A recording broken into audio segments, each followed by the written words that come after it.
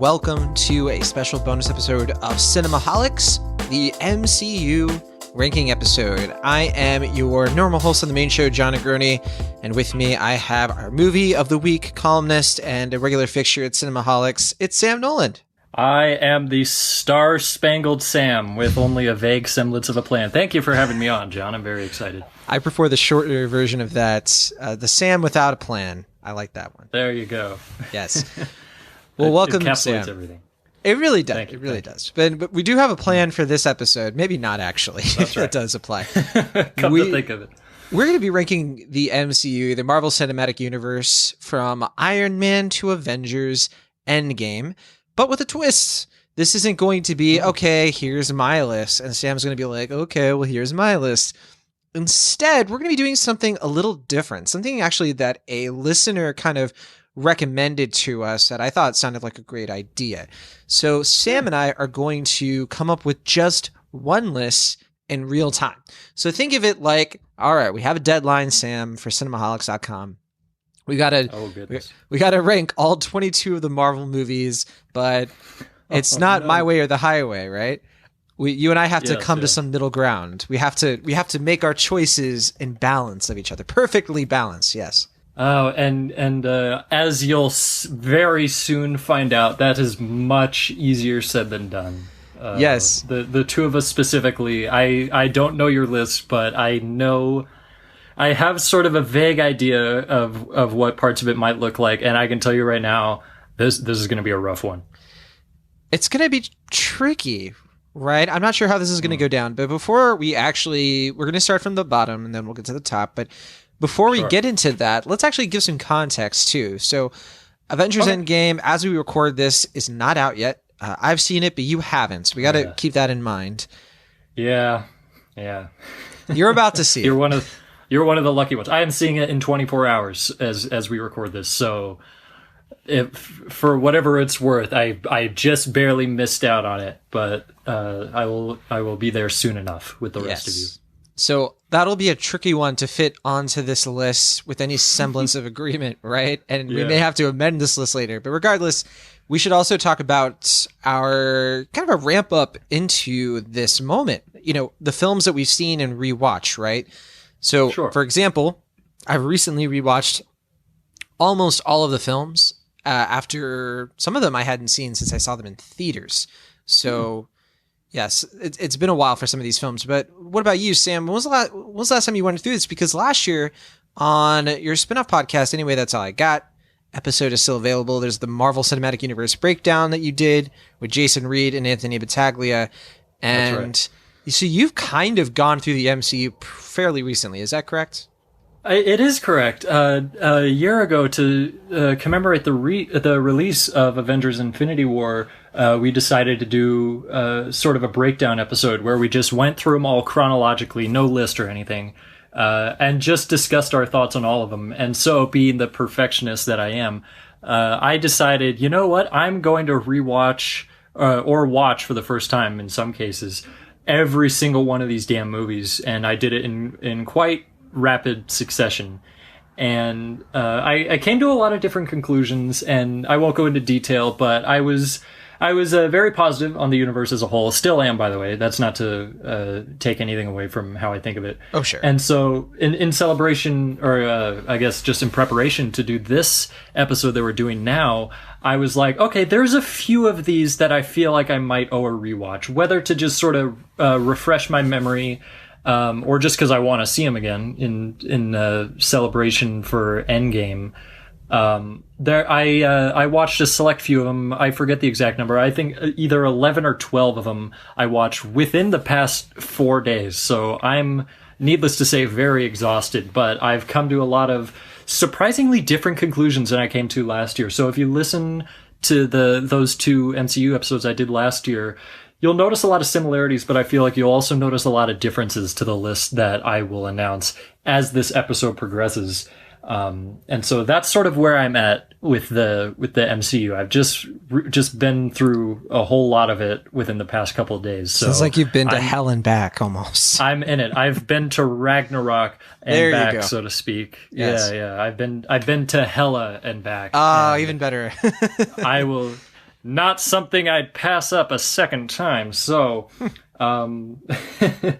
so yeah, is that about what we're doing here to introduce this whole list? Yeah, it's just kind of like, okay, how recent have we seen these films? Kind of similar to you.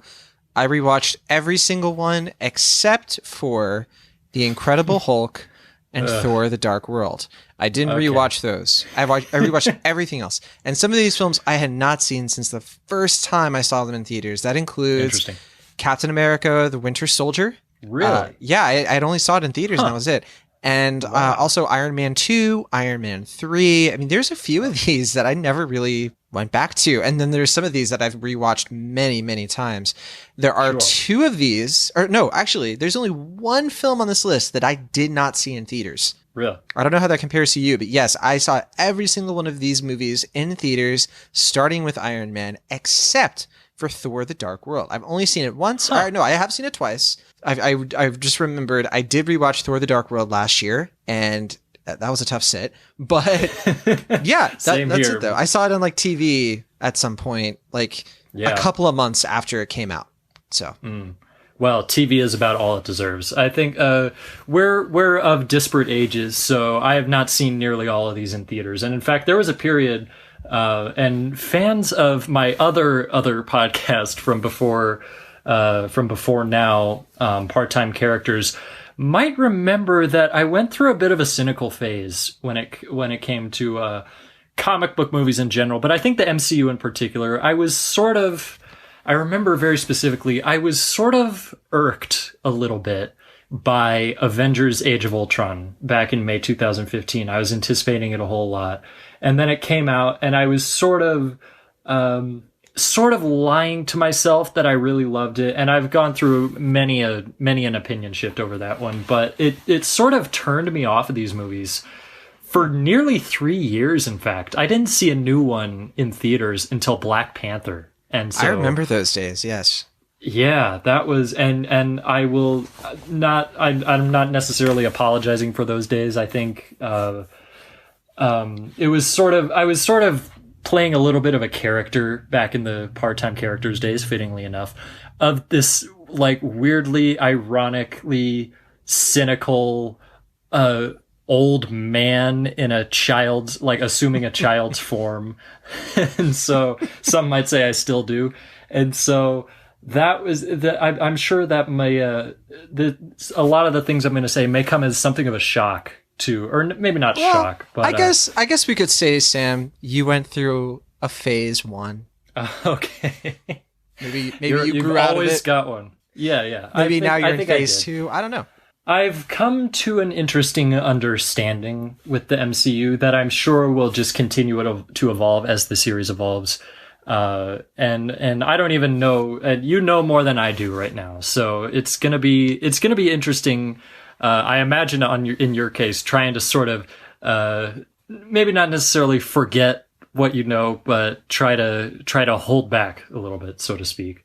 So I envy you for having seen it, but I do not envy you for having to sort of not talk about it at length. To be fair, I'm not going to say anything about Avengers Endgame, but I will echo something that is spoiler-free that does pertain to this movie, and it really is a victory lap of the previous films, which is why I think it does make sense to do this entire ranking list, to work on this, because sure, we could wait until Spider-Man Far From Home comes out. It comes out in July. But I feel like this is good timing, because as we sort of get into this big moment, this really does feel like the conclusion to an era. I definitely see the value in putting this list together, and especially for me, because a lot of these films have been recontextualized by Avengers Endgame. So that's what I have to lend. You have a fresher perspective on some of these films than I do. And I think this is going to be a fun list. I think we're going to get some work done here. I think it's going to be good. I hope so. Well, let's begin. Let's start at the bottom. Now, there have been, as of this weekend, we're recording this the day before the Thursday previews start. As of this weekend, there will be 22 Marvel Cinematic Universe films. The first one, of course, I know. Isn't that crazy how time flies? It's been 11 years. Iron Man came out in 2008, 11 years ago. And here we are in 2019. So let's get started at the bottom of the list. And I have to say, Sam, these bottom two for me are extremely malleable. So let's start off with twos. At number 22, I have The Incredible Hulk. Okay. At 21, I have Thor: The Dark World. I think that's kind of a popular opinion. I think a lot of people have those two films somewhere in the bottom 5. But what about you? Okay. John, we have the exact same bottom two. Yeah. It's synergy. Well, what made you put Incredible Hulk below Thor: The Dark World? Because I did struggle with this a little bit, because I don't hate either movie, to be honest. Really? There's not a single of these films I hate. Okay. I hate The Incredible Hulk. So I'll just come right out and say it. If anyone listened to last year's episode, MCU Breakdown Part 1, you'll know this. I went on an extensive and rather embarrassing rant, honestly. Yes. I think I got a little out of control. I was sort of... Didn't at one point you called the movie an abomination? Not just the villain? That was I think Anthony might have made that joke in his written review, and I sort of referenced that, but I was a little bit more just a cartoonishly angry at the movie. It's interesting how the world has largely tried to forget that this movie exists and forget that it's part of the continuity. Yeah. The world wants to say, oh, it doesn't really count because it's not Mark Ruffalo and it was made before the official acquisition of Marvel Studios by yada yada yada. Which that could apply to no. all the Phase 1 films, right? Because Disney didn't own Marvel yet. So I think what they're referring to is I believe in August 2009, if memory serves, is when they got in essence like the green light to go ahead with the Avengers initiative, so to speak. And so that's the reason why Iron Man 2 is sort of notorious for having a lot of unnecessary little like teasers and Easter eggs building up to the Avengers. It's because they knew it was going to be a thing, and so they sort of got a little crazy with that. But that's not for right now. The thing with The Incredible Hulk is that the world wants to forget it, and I say hell no, because Iron Man's in it, William Hurt's in it. It's part of the continuity, and it's a damn shame because I really cannot stand this movie. It's at the heart of the movie is a simple, perfectly serviceable story. Fine. It's a Wolfman story about trying to, I don't know, just deal with your potential and your lot in life that you're handled, no matter what kind of obstacles you have to go against. Not much to it. There's not much to it, but it can be fine. That story can be fine. It can be perfectly serviceable. The problem with The Incredible Hulk is that it's piled on with all this incredibly, just aggressively generic, like mid-2000s Jason Bourne plot points with like espionage and flash drives and chase scenes over cities, and just has these like boilerplate military villains who are like, go, go, go, god damn it, get it, whatever it takes, and all that stuff.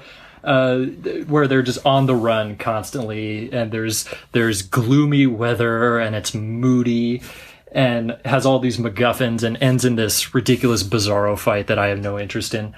And it has the thing that really, like, cause that can be, I mean, there are other movies like that I don't hate, that are just like, fine. It's whatever. It's what it is. The thing that I really hate about this movie is that it has this sort of naive self narcissism with how deep it thinks it is.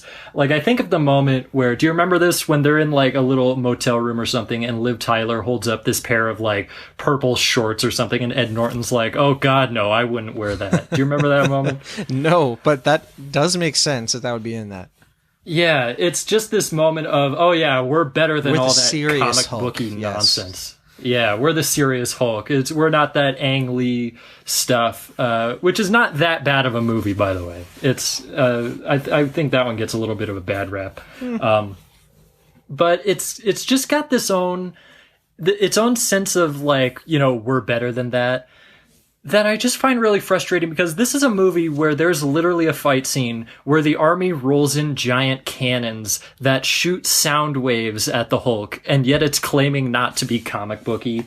And I'm not impressed by that. It comes to no interesting conclusions. And I honestly think it's terrible. I cannot think of a single thing that I would compliment about this movie. The only thing I would maybe vaguely give a pass to is that the effects aren't that bad. They're fine, especially for 2008. They're serviceable and they hold up okay. I'll give it that. But when it comes to the story, there's nothing here I can get behind. So that's The Incredible Hulk. Honestly, Sam, if I had an Incredible Hulk any higher on this list, I would lower it all the way to the bottom, just hearing you rant about it. But I have it at the bottom because, and I'll be brief on this. We don't want to spend this entire time on Incredible Hulk, but yeah. I just think this was way before they had any sort of idea what the Marvel movies could be. So it's the one that feels the most outside of the cinematic universe. So that's why if I'm ranking them, it's got to be at the bottom because to me, it doesn't offer one of my criteria, and you might have different criteria. One of my criteria for this list is what does it contribute to the bigger picture? It has some continuity, I guess, with with Ross, the general guy, whatever his name is. They have that, but he's such an inconsequential character that I don't really care about that connection. And the next Hulk we get is so different and so much better, and Ruffalo, it was just perfect for that part.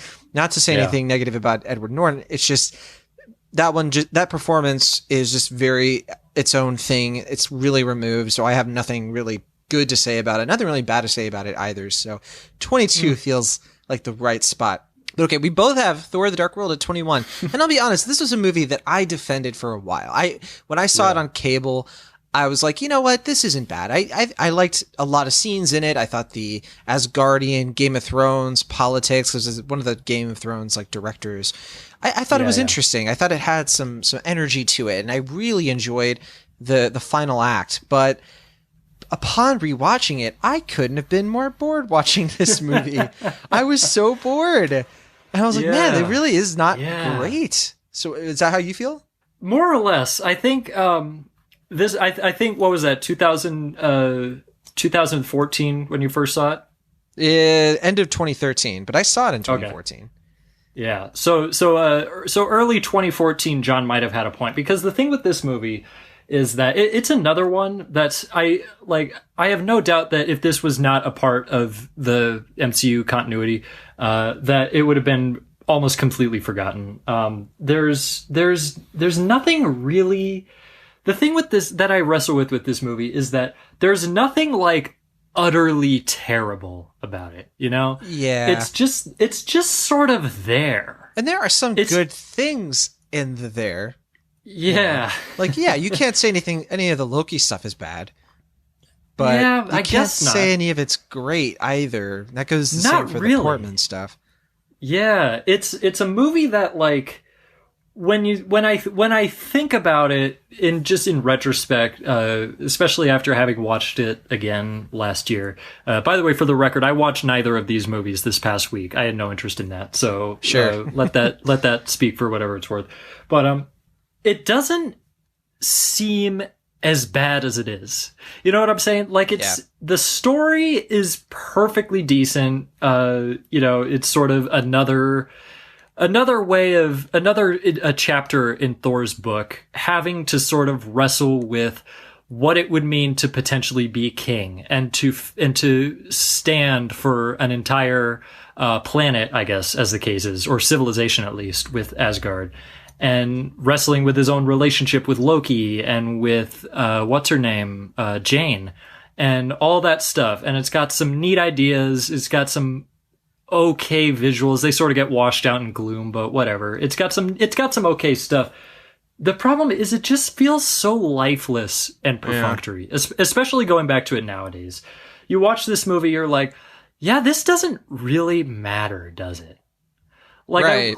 If we saw the first Avengers and then we didn't see Thor again until Avengers Age of Ultron, would anything be different whatsoever? It's got the stuff at the end with Loki that was sort of hastily tied up in the first act of Thor Ragnarok.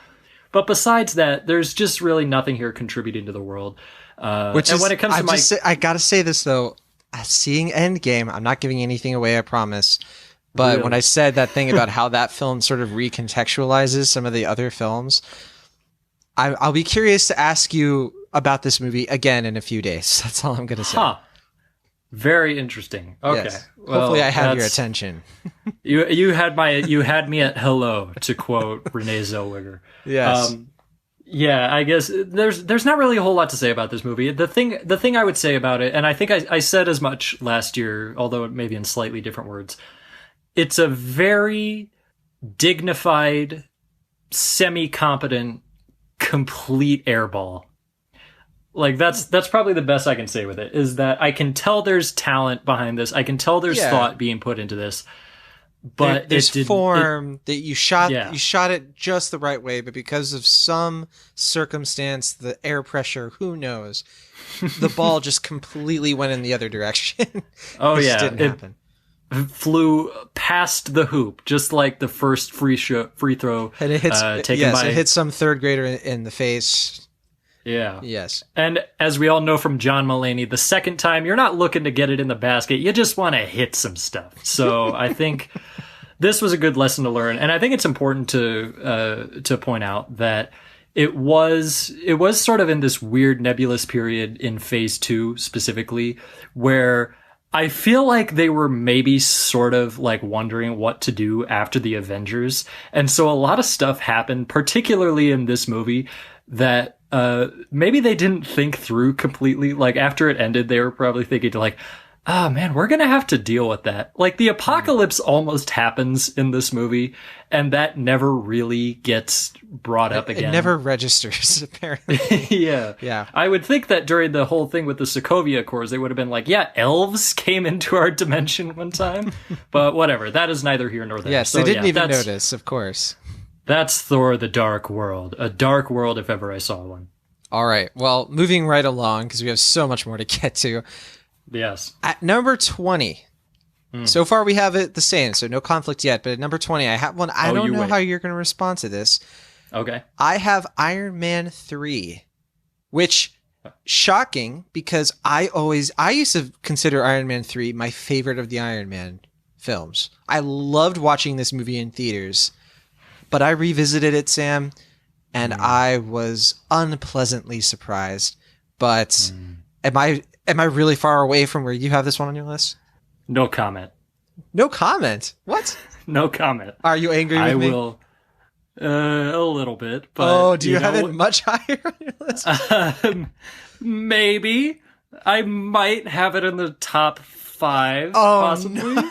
This is going to be so challenging. Okay. I told you, John. Here's what we'll have to do. Okay, so there's going to be a curve. So we're going to shelve Iron Man 3 for later. Okay. And what do you have at your 20? Okay. Well, it's my 19 technically, because I have one less than you do. Wait. Oh, that's right. Sorry. So what is your number 19? We're staggered slightly, but third from the bottom. I have one that also might get a little bit of a silent treatment, and it's the first of many minority opinions that I have on my list. So buckle up, because it's only just beginning. I know. It is. Or are you muttering under your breath? Yes, because I know what you're going to say. I just know it. Do you know? Okay, what do you think it is? I'm not going to say what I think it is, because if I do, it's going to. I don't know. I don't want to just say it. I'll tell you. I'm going to rip the Band-Aid off. This is not even the worst one. It's Doctor Strange. Oh, thank goodness. That's not what I thought you were going to say. Okay, I have Doctor Strange at 17, which would be your 16. Okay. So we may be able to move some things around here. Yeah, this one seems like a decent compromise. Okay, but why so low for Doctor Strange? You know, I struggle with this movie because I've seen it twice now. I didn't watch it this year, but I watched it, I think, in like December of 2017 or something, just because I hadn't seen it. And I was like, sure, why not? Infinity War's coming out in a couple months. I watched it and I just wasn't interested. I can't remember exactly why with that particular viewing, but I wasn't really into it. The second time I was really thinking about it because I was doing research for a podcast. And the thing with this movie is that it's a movie I'm completely on board with for like the first third of it, first 45-ish minutes of it. I'm interested in this character who's been compared a lot to Tony Stark, and with good cause. Right down to the facial hair structure. They're similar. They're arrogant, and yet they're also very talented. But I think there's a key difference that this movie sort of taps into a little bit at the outset, which is that whereas Iron Man is arrogant simply because of his brilliance, and it doesn't go much further beyond that, at least at the beginning. Doctor Strange, I feel like, is mistaking his own talent for being a good person. Do you know what I mean? Like, he's sort of thinks that I'm good at my job and that's all I need. Therefore, like, I always remember the part where he's sort of cherry picking which patients he wants to operate on in order to maintain his perfect record. I think that's an interesting little bit that shines a light onto his character. And then gets into the car crash and goes to the Batman Begins place and meets Tilda Swinton. And that's where the movie sort of loses me, because I think starting there around like the transition from, Stephen Strange into Doctor Strange, so to speak, I feel like the pacing gets completely thrown off, because there's that scene where he's like, for some reason, the only pupil at this monastery that can't make the sparkly portal looking thing. And then sort of on a dime is just sort of able to make it. There's a detail I'm probably forgetting, but it just feels very abrupt. And then from there, it sort of montages the whole training process, and it just sort of deteriorates from there. And by the end, I just feel like the movie is just sort of obligatory. You know what I'm saying? Like, they knew, oh man, Infinity War is going down in a couple of years. We got to make sure that we have Doctor Strange at like peak abilities. Do whatever you can. Just get him to Sorcerer Supreme by the end of this movie. And I think the movie suffers for it. It's so focused on the plot, generally speaking, that I don't buy the transformation. I think it's too abrupt, and I think it's just a lot of stuff happening that really doesn't interest me. I think I've just about lost interest in this sort of generic superhero origin story. Like I reference Batman Begins. I feel like this is sort of riffing on that, and what I wish it had done was I wish it had started the movie at the car crash. So just take out all this portent, just start it there, so that you can spend as much time as possible. Less than 10 minutes in though? Oh God, no. That's not till like 20 minutes in. Really? No, it's got all this prologue stuff with Mads Mikkelsen. By the way, you have Mads Mikkelsen. There's some stuff going on there. Yeah. Do more with that. Do more with Mads Mikkelsen. He's a very forgettable He's known villain, for playing a villain. Yeah, I've tried, literally, I kid you not, dozens of times to remember his character's name just off the top of my head. I can't do it. I don't have it. I think it starts with a K, like clarion. Your guess is clarinet. Jeez. I agree with a semblance of or a version of what you're saying, where it's less about the transformation for me, and it's more about the character himself. Even though this film, to me, was mind-blowing in its visuals and its sensibilities and the way that I think that his character sort of, how he becomes who he becomes, I bought into that stuff because I do like how he defeats the main villain. But yeah, to what you're saying, I never once really connected with Doctor Strange, and I still don't really like him. And I know that's kind of what they're going for, but it's a dislike that just makes me not care long after I've seen it for the first time. It's a dislike that's unintentional, that comes out of a place of I'm just not interested. I think, little fun fact, I put out a tweet last month saying like, hey, Avengers 4 comes out in like less than a month. So here's a little fun, just little icebreaker question I decided to put out. If there's all the heroes who died in Avengers Infinity War, is there one of them who you hope stays dead just because you're not interested in seeing them come back to life? And my choice was Doctor Strange. Of course. I think I He agree gets with a what you're cool saying moment. about the visual stuff. He gets a cool moment in Infinity War, to be fair. He gets a cool little fight scene, and I think they did his character better in Thor Ragnarok. I That think was so a version too. of him that actually clicked much better, but Yeah. yeah. Has more character in like 5 minutes that he does in that movie that he does in this entire movie. And that's the frustrating thing, is that I agree with what you're saying about the visuals. They're fascinating. I love the way it looks. That's like 10% of the movie. The rest of it is just this origin story that I don't care about. I don't care about all this I would say origin it's maybe story nonsense. 25%. But okay, we have Doctor Strange kind of in the general area. So Okay. we'll either move it down or keep it kind of right where you have it. Or sorry, I should say right. we'll either move it up a little bit or move it down. But the next one I have, because so far we Okay. have Incredible Hulk, Thor: The Dark World, and now we have Iron Man 3 and Doctor Strange kind of in limbo at the moment. Okay. So Sure. these are the other two that I have in between those films. Thor Okay. and Iron Man Oh, 2. okay. Where Interesting. do those land for you? Very close to where you have them. Oh, this is great. I have Iron Man 2 at 18, which would be your 19. And I have Thor at 16, which would be your 17. And I have something else at 17 that we haven't gotten to yet. Interesting. Okay. Here's what I will offer. All right. First of many compromises. Yeah. I'll start to move Iron Man 3 up, and I'll move Doctor Strange God. down. You better. Bear with me. It's not over. I'll move Iron Man 3 above Doctor Strange, and then I'll move Doctor Strange down, but I want to keep Iron Man 2 at 18. Or how about this? Well, I'll move Okay. Iron Man 2 to 19, and then we'll put Thor at 18.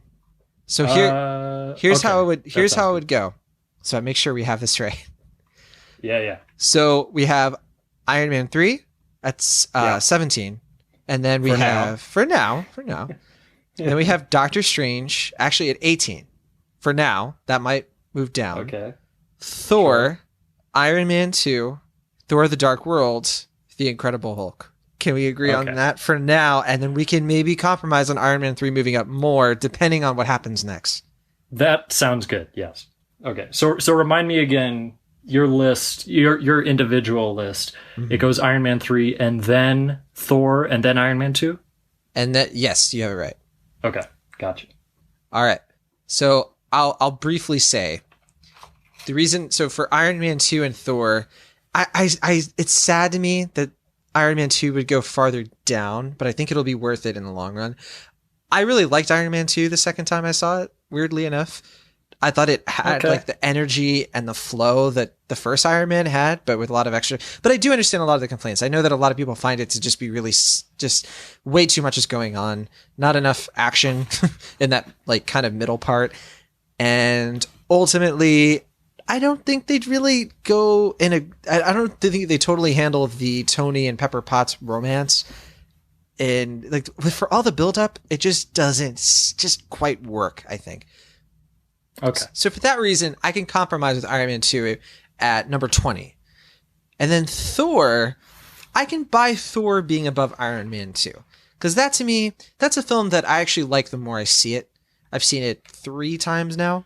But why is this one why does one edge out Iron Man 2 and Thor: The Dark World for you? I think the reason that Thor edges out those two movies in particular is partly personal. It came out in 2011, so I believe it was the first of these movies that I was sort of aware of in terms of it fitting into the bigger universe. Granted, it was only a short time before the first Avengers, but I was really fascinated by this movie when it first came out, and I think maybe it's a little bit of a guilty pleasure, and I think that's fair. But I like that it has this big, lofty story about it. This big lofty tone. I think Kenneth Branagh was a good pick for the kind of movie they were going for. Yeah, I agree. I think it's interesting that this movie is not necessarily an origin story, but rather it's more of like a coming of age story almost. You got the whole fish out of water element where Thor's sent to Earth and loses all his power in order to learn what it truly means to have it. And by the end, I like that the conclusion he comes to is that I have a lot to learn. And I think that's that's an interesting arc that they carried all the way through. And I can see why they pursued it for a couple of films after that and then sort of abandoned it completely by the time Ragnarok came out. But we'll talk about that later. I think, watching it again last year, I was just sort of, I just found it sort of charming to see sort of the prime version of this version of Thor that frankly just doesn't really exist anymore. He's gone. But in a way that does feel sort of organic. Like, it feels like Earth has kind of messed with him or sort of let him evolve a little bit more. Yeah, I would say it's not the best of the Thor movies before Ragnarok. It's not the best movie, but I think Thor is the best in it. I think it's the one where Thor is the most interesting. Granted, he's the title character, but regardless, I think I'm not particularly fond of him in either of the first two Avengers films. Although I do think this movie falls short ultimately, and it's the reason why it's rather low on my list, is one moment towards the end. And I talked about this last year as well. It's the moment where the big metal destroyer thingy has come down to Earth, has started attacking the little town, and Thor realizes that Loki's behind it and just walks up to it like in a flannel shirt, no powers or anything, and says something to the effect of, I think it's an epic image, but I think they kind of botched the delivery of it. They botched the angles, the Dutch angles. Oh my word! Oh goodness, it's so out of control. The Dutch angles are just infernal. But who was the director on that one? Kenneth Branagh. Yeah. I think the reason that moment, I think if this one moment had been better, I think it might have honestly drastically affected the legacy of this movie. It's where Thor sort of just lays everything bare and says, "Okay, Loki, you've won. I give up. If you want me, you can have me. Just spare these people that I've come to know." And I feel like if the movie had done better at building that up, at building up how he has come to terms with having lost everything. Because if you remember, at this point in the movie, he believes his father to be dead. If I'm not mistaken, he believes that he has lost everything and that he's permanently stuck on Earth. And so if that moment of just reconciliation and saying, "I lost, you've won," if that had hit harder, I honestly think this would be remembered better. As it stands, it's not typically talked about. Yeah, among the it hits best. All right. Yeah, but it is such an it's just such an early film. It kind of has that, and we've seen some of these early films. I have pretty high on the list, which we'll get to. But I hear a lot of what you're saying, and this sounds like a good spot for it. You know, it's not the worst, but it's definitely like the lower tier, and maybe one of the better lower tier ones. Yeah, I think that's fair. Are there any films that you have that we haven't mentioned yet below number 17? I have one. The only one is at 17. Okay, which one's that? Okay, that would be, and this is one that I don't have terribly much to say about, except that for whatever reason, this movie has just never really connected with me, but I have no animosity towards it. It is the original Ant-Man. What? That's what I have. Really? I have it at number 16. Oh my goodness. So we have the exact same bottom six, right? I guess so. With the exception of Doctor Strange and Iron Man 3. Right. Very similar. Fitting that those would be the two. But wow, that's fast. I got to admit, we're more in line thus far than I don't think it's going to last. But no, it's not going to. It's going to go off the rails immediately. I'm so sad about that because I really like Ant-Man. I think that it's a very easy film to enjoy and get a lot out of, but you do have to fault it for its very weak villain and the way it does sort of recycle some plots from other Marvel films. It doesn't really feel like its own thing in the way the sequel does. Yeah, I agree with that. I think the best conclusion. Yeah, I think the best conclusion that I can come to about this movie is that I like the characters within it. pretty much uniformly. The villain is weak, but I think it's it's an okay idea for just sort of a shallow, cheesy comic booky villain. There have been worse MCU villains.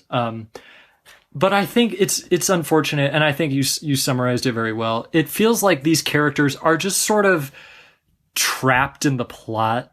Like they're never able to sort of get out from it. Like I dearly wish, and I don't know why this is the thing that I wanted to see from this movie.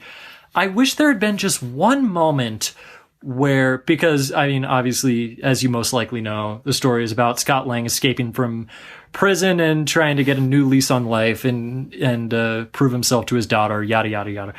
I wish there had been a moment in that whole, like, montage, training bit where, Michael Douglas, Hank Pym, and Scott Lang had in some way connected as fathers. I think it's right there, but they never get that, and instead they just have a very elementary mentor-student relationship, and as a result, it just ends up feeling generic in spite of the interesting action. I'll give them that. They certainly do not waste the concept of shrinking and such in the action, and I think there's a valuable level of sort of just self-awareness, I would say, in both this and Ant-Man and the Wasp, which we'll get to later.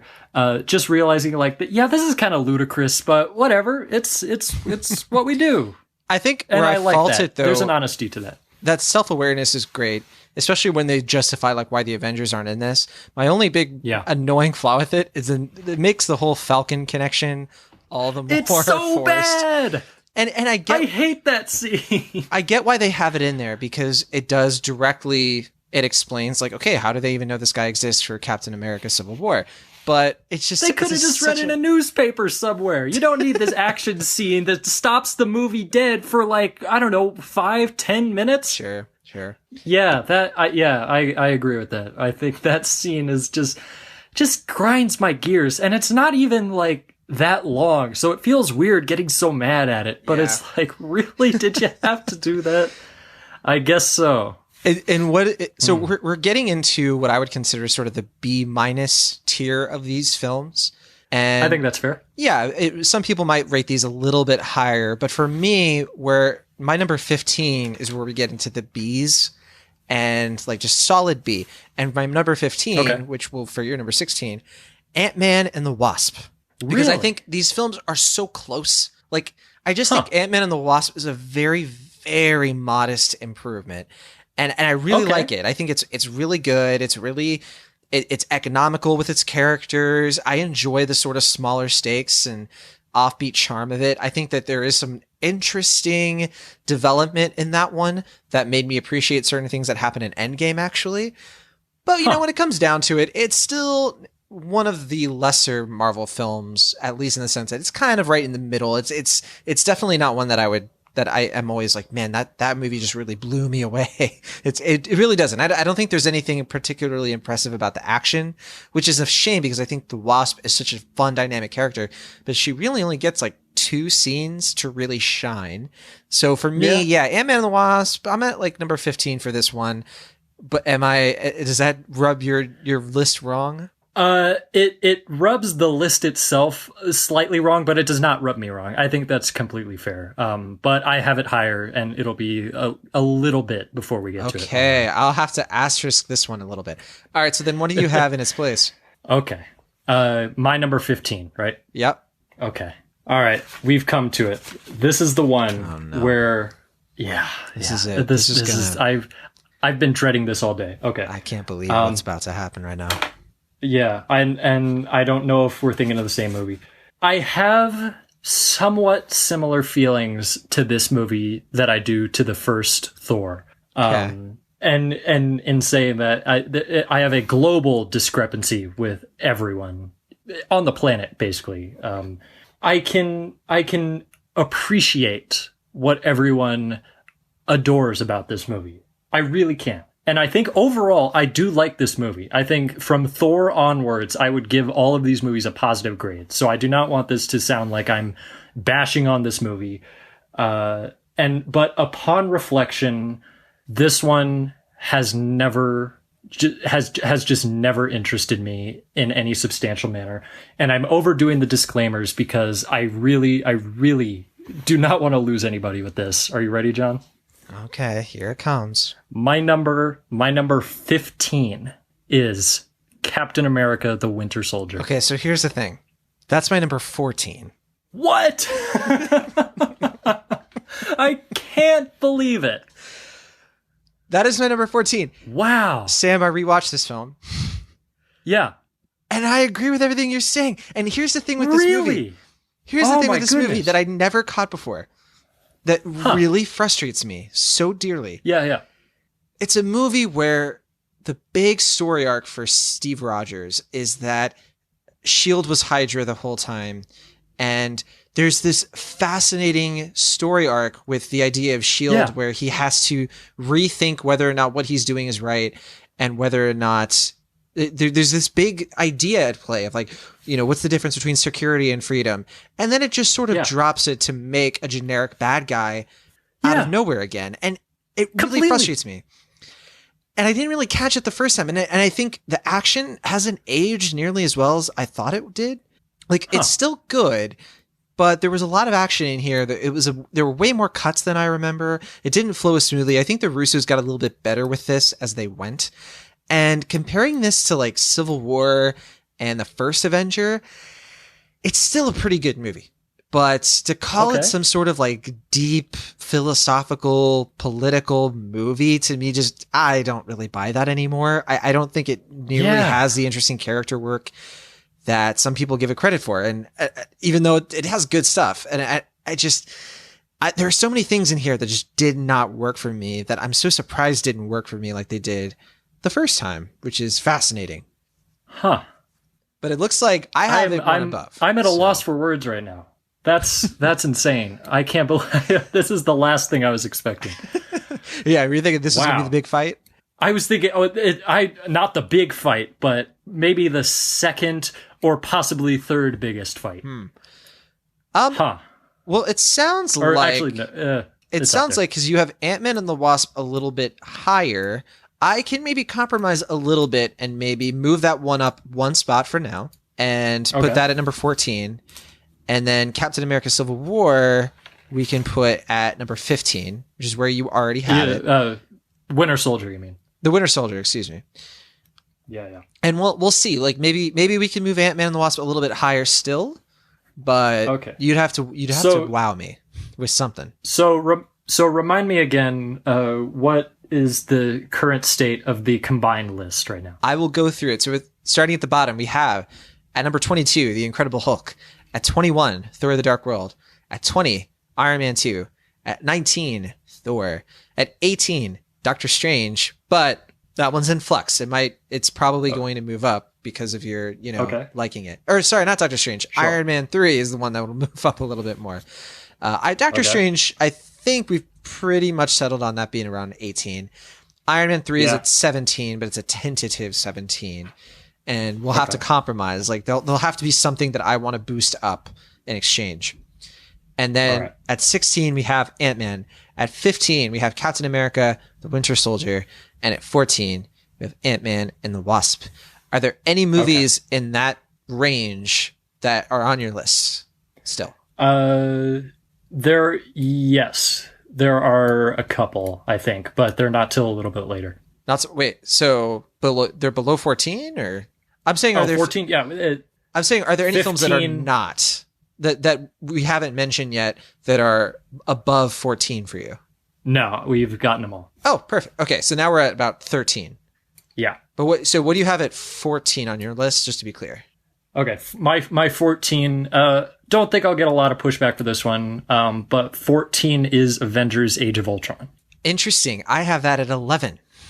Okay. Yeah, so we might have some push and pull on this one.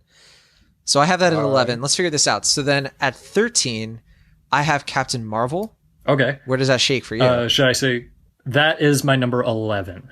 Oh boy. Okay, then what's your number 12? Okay. This could be the one you've been dreading. My number 12 is a movie that I've grown to like. Okay. And just because it's not in the top 10 doesn't mean I don't like it, although I do have my flaws with it. It is Guardians of the Galaxy Volume 2. Oh, that's my number 6. You're killing me. Okay, that's one that I want to make some deals on. Okay. Because I really want to push that one up. I'm a little okay with Captain Marvel being a little bit more in flux. But my number 12, interestingly, is Iron Man. Interesting. Yes. So, because that to me is like... That is my B. number 6. So, oh, boy. There you go. Yeah. Okay. So then, of all the films, including Iron Man 3, that you want to boost up a little bit, which would you choose out of these? Including Iron Man 3? Yes. That's the one. That's the one I'm going to boost. You want to boost that one? For. Okay. Yeah. Okay, so here's a deal I will make with you. Well, because I feel really weird about putting Iron Man 3 above Captain America: The Winter Soldier. I think that would be such a catastrophic move. I will put it above Ant-Man. Okay. Above Ant-Man. Yeah. And I will move Guardians of the Galaxy Volume 2 down to, I'm going to say number 10 for now. Okay. I can be okay with that. Okay. And then to give you a little bit more movement, I will move Iron Man up above some of mine. So I will move Iron Man above, I'll put that in the top 10. Okay. How does that sound? That sounds good for now. For now, but who knows? Yes. For later. My list is getting so insane. So, okay, Iron Man 3 is now above Ant-Man. I still have Captain Marvel at 13. Where did you say you had it? I have Captain Marvel at 11. At 11. Okay, so I will move Captain Marvel to 12 as a compromise, if that sounds all right to you. But sure. And then Avengers: Age of Ultron, because I kept Guardians from moving too far. I will move that below Captain Marvel to 13. Okay. Okay, so we're figuring this out. We're getting there. So I'm trying as hard as I can to keep track. I know it's a lot. So how about we recap our lists so far?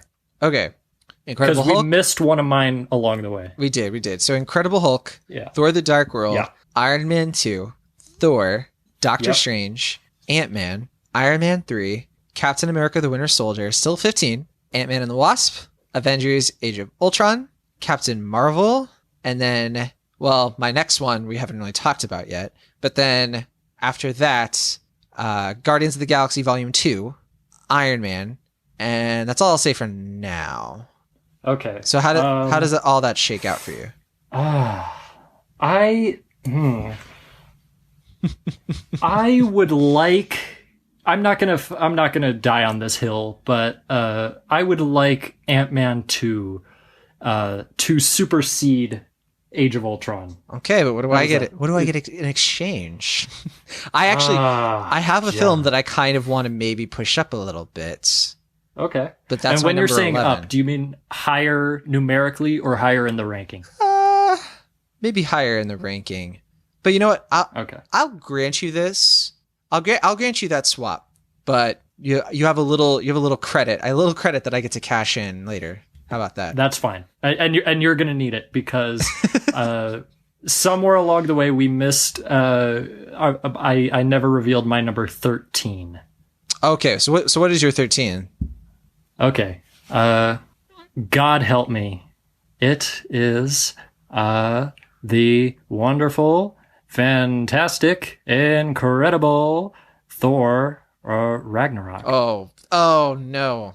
That's my number. Okay. No, that's in my top 5. That's in my top 5. So, okay, here we go. Before we talk Thor Ragnarok, at 11, I have Captain America Civil War.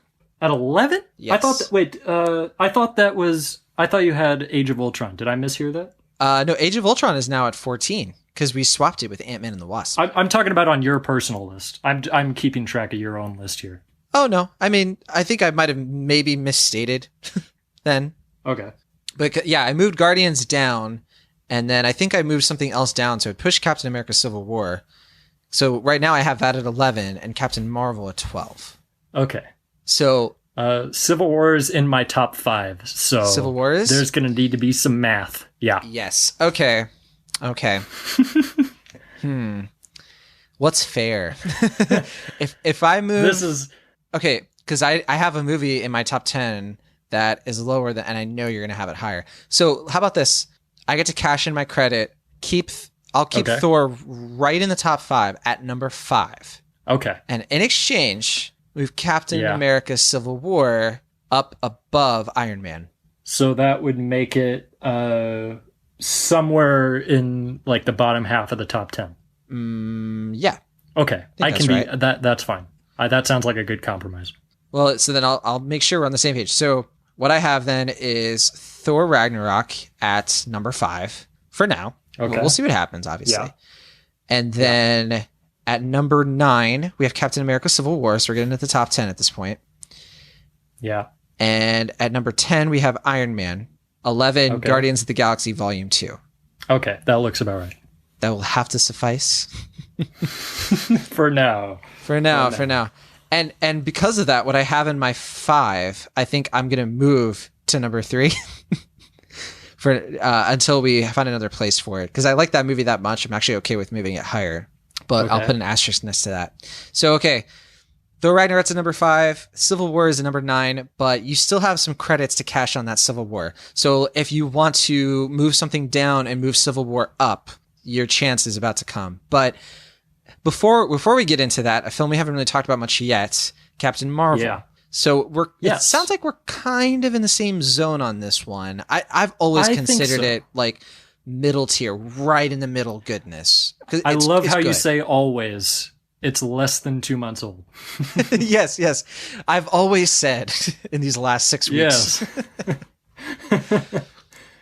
Yeah, I saw this again in theaters a couple of days ago, and I was like, you know what? It's not one of the very best, I would say. I think ultimately its lack of narrative clarity really holds it back, because honestly, I think the story is fascinating. I think this movie actually showed me what I'm looking for in these movies, which is, and it sounds sort of basic, but satisfying journeys for its protagonist. That's maybe the reason why I still have a little bit of a soft spot for Thor, and why maybe I'm not so hot on Ant-Man or Iron Man 2 or Doctor Strange or things of that nature, is because I'm really taken more than anything by the characters. Yeah, the action can be great, and especially when there's such a big variety of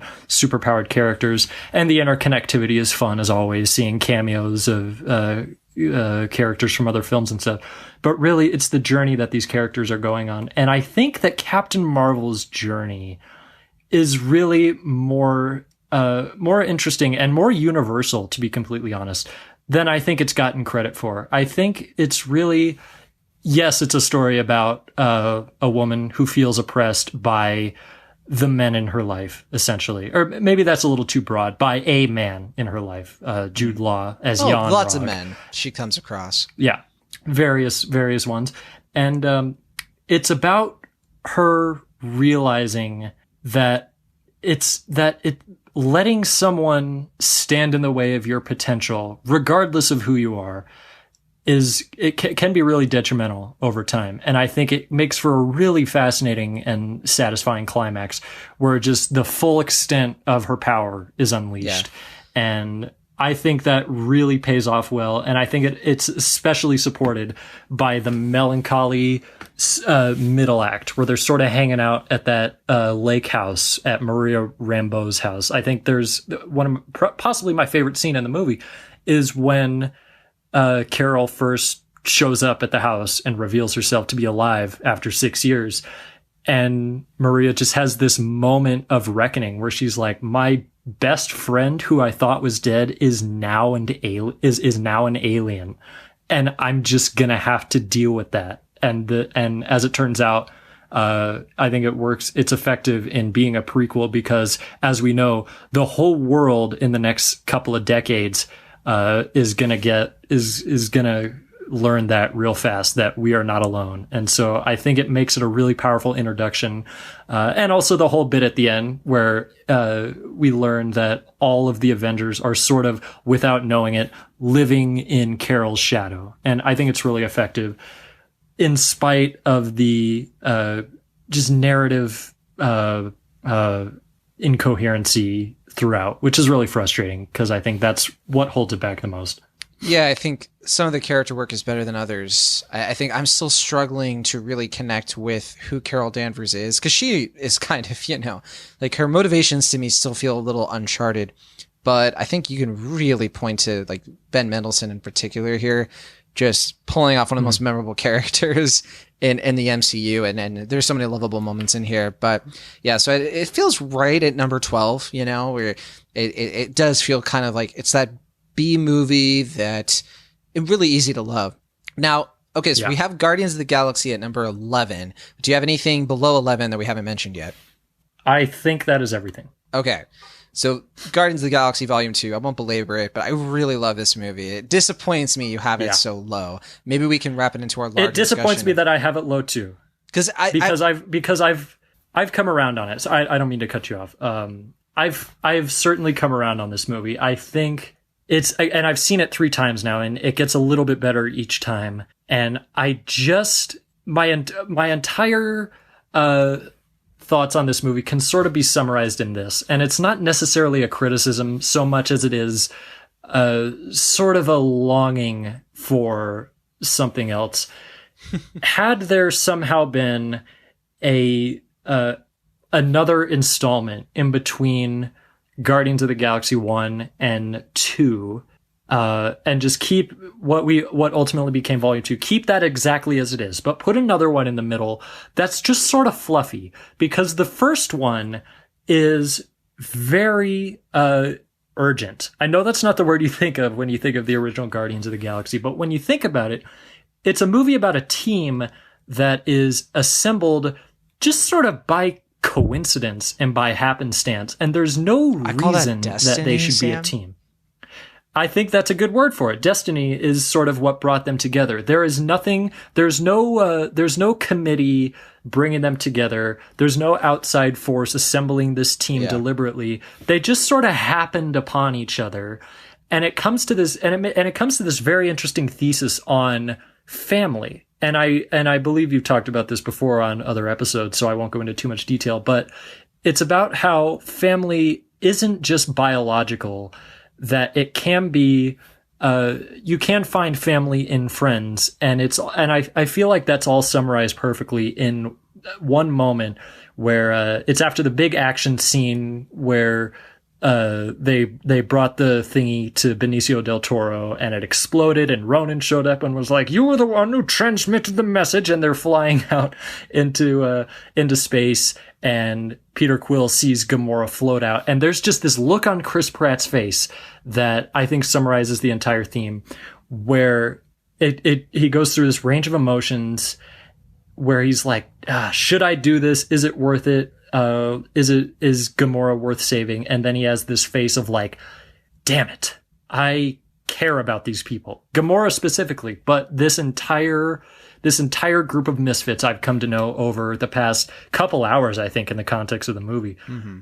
I've come to care about them so fast in spite of their flaws. And that's powerful, and that's important. And that's a worthwhile story that I think is very effective in the first movie. And I wish there had been a second one where they'd just been allowed to sort of go around the universe and just do random stuff and explore and do work for the Nova Corps. That's kind of what the first movie is. Or sorry, that's what the first sort of scene is, right? It's like, okay, it's what the first scene is in Guardians of the Galaxy 2. Yeah. Yeah, and I wish there had been a whole movie about that, because I feel like I'm watching these scenes in Guardians of the Galaxy 2. I literally watched the movie this morning. It's so fresh in my head. I'm watching these scenes and I have this distinct feeling of, I can see that this moment is powerful. And in many cases it is. But I wish there had been just one more movie to build up these relationships a little more, because the first movie is very rushed and urgent, and the second movie, for different reasons, is also very rushed and urgent. And I feel like there's just a little something missing. And I know you probably disagree. I do, but I think this movie has a lot of admirable qualities. So I will allow you. I've gone on long enough. It's so such a good. I mean, I've always considered it the B-side. It's the deep cuts. I think the work with Yondu here is brilliant, and this movie just makes me feel so much more than the first Guardians does, and I love it more the more I see it. So I'm okay with it being this low, because I do think that it's, in a greater context, it's such a personal thing, I guess. And sure, it doesn't have a lot of the magic of the first Guardians, of like the surprise factor.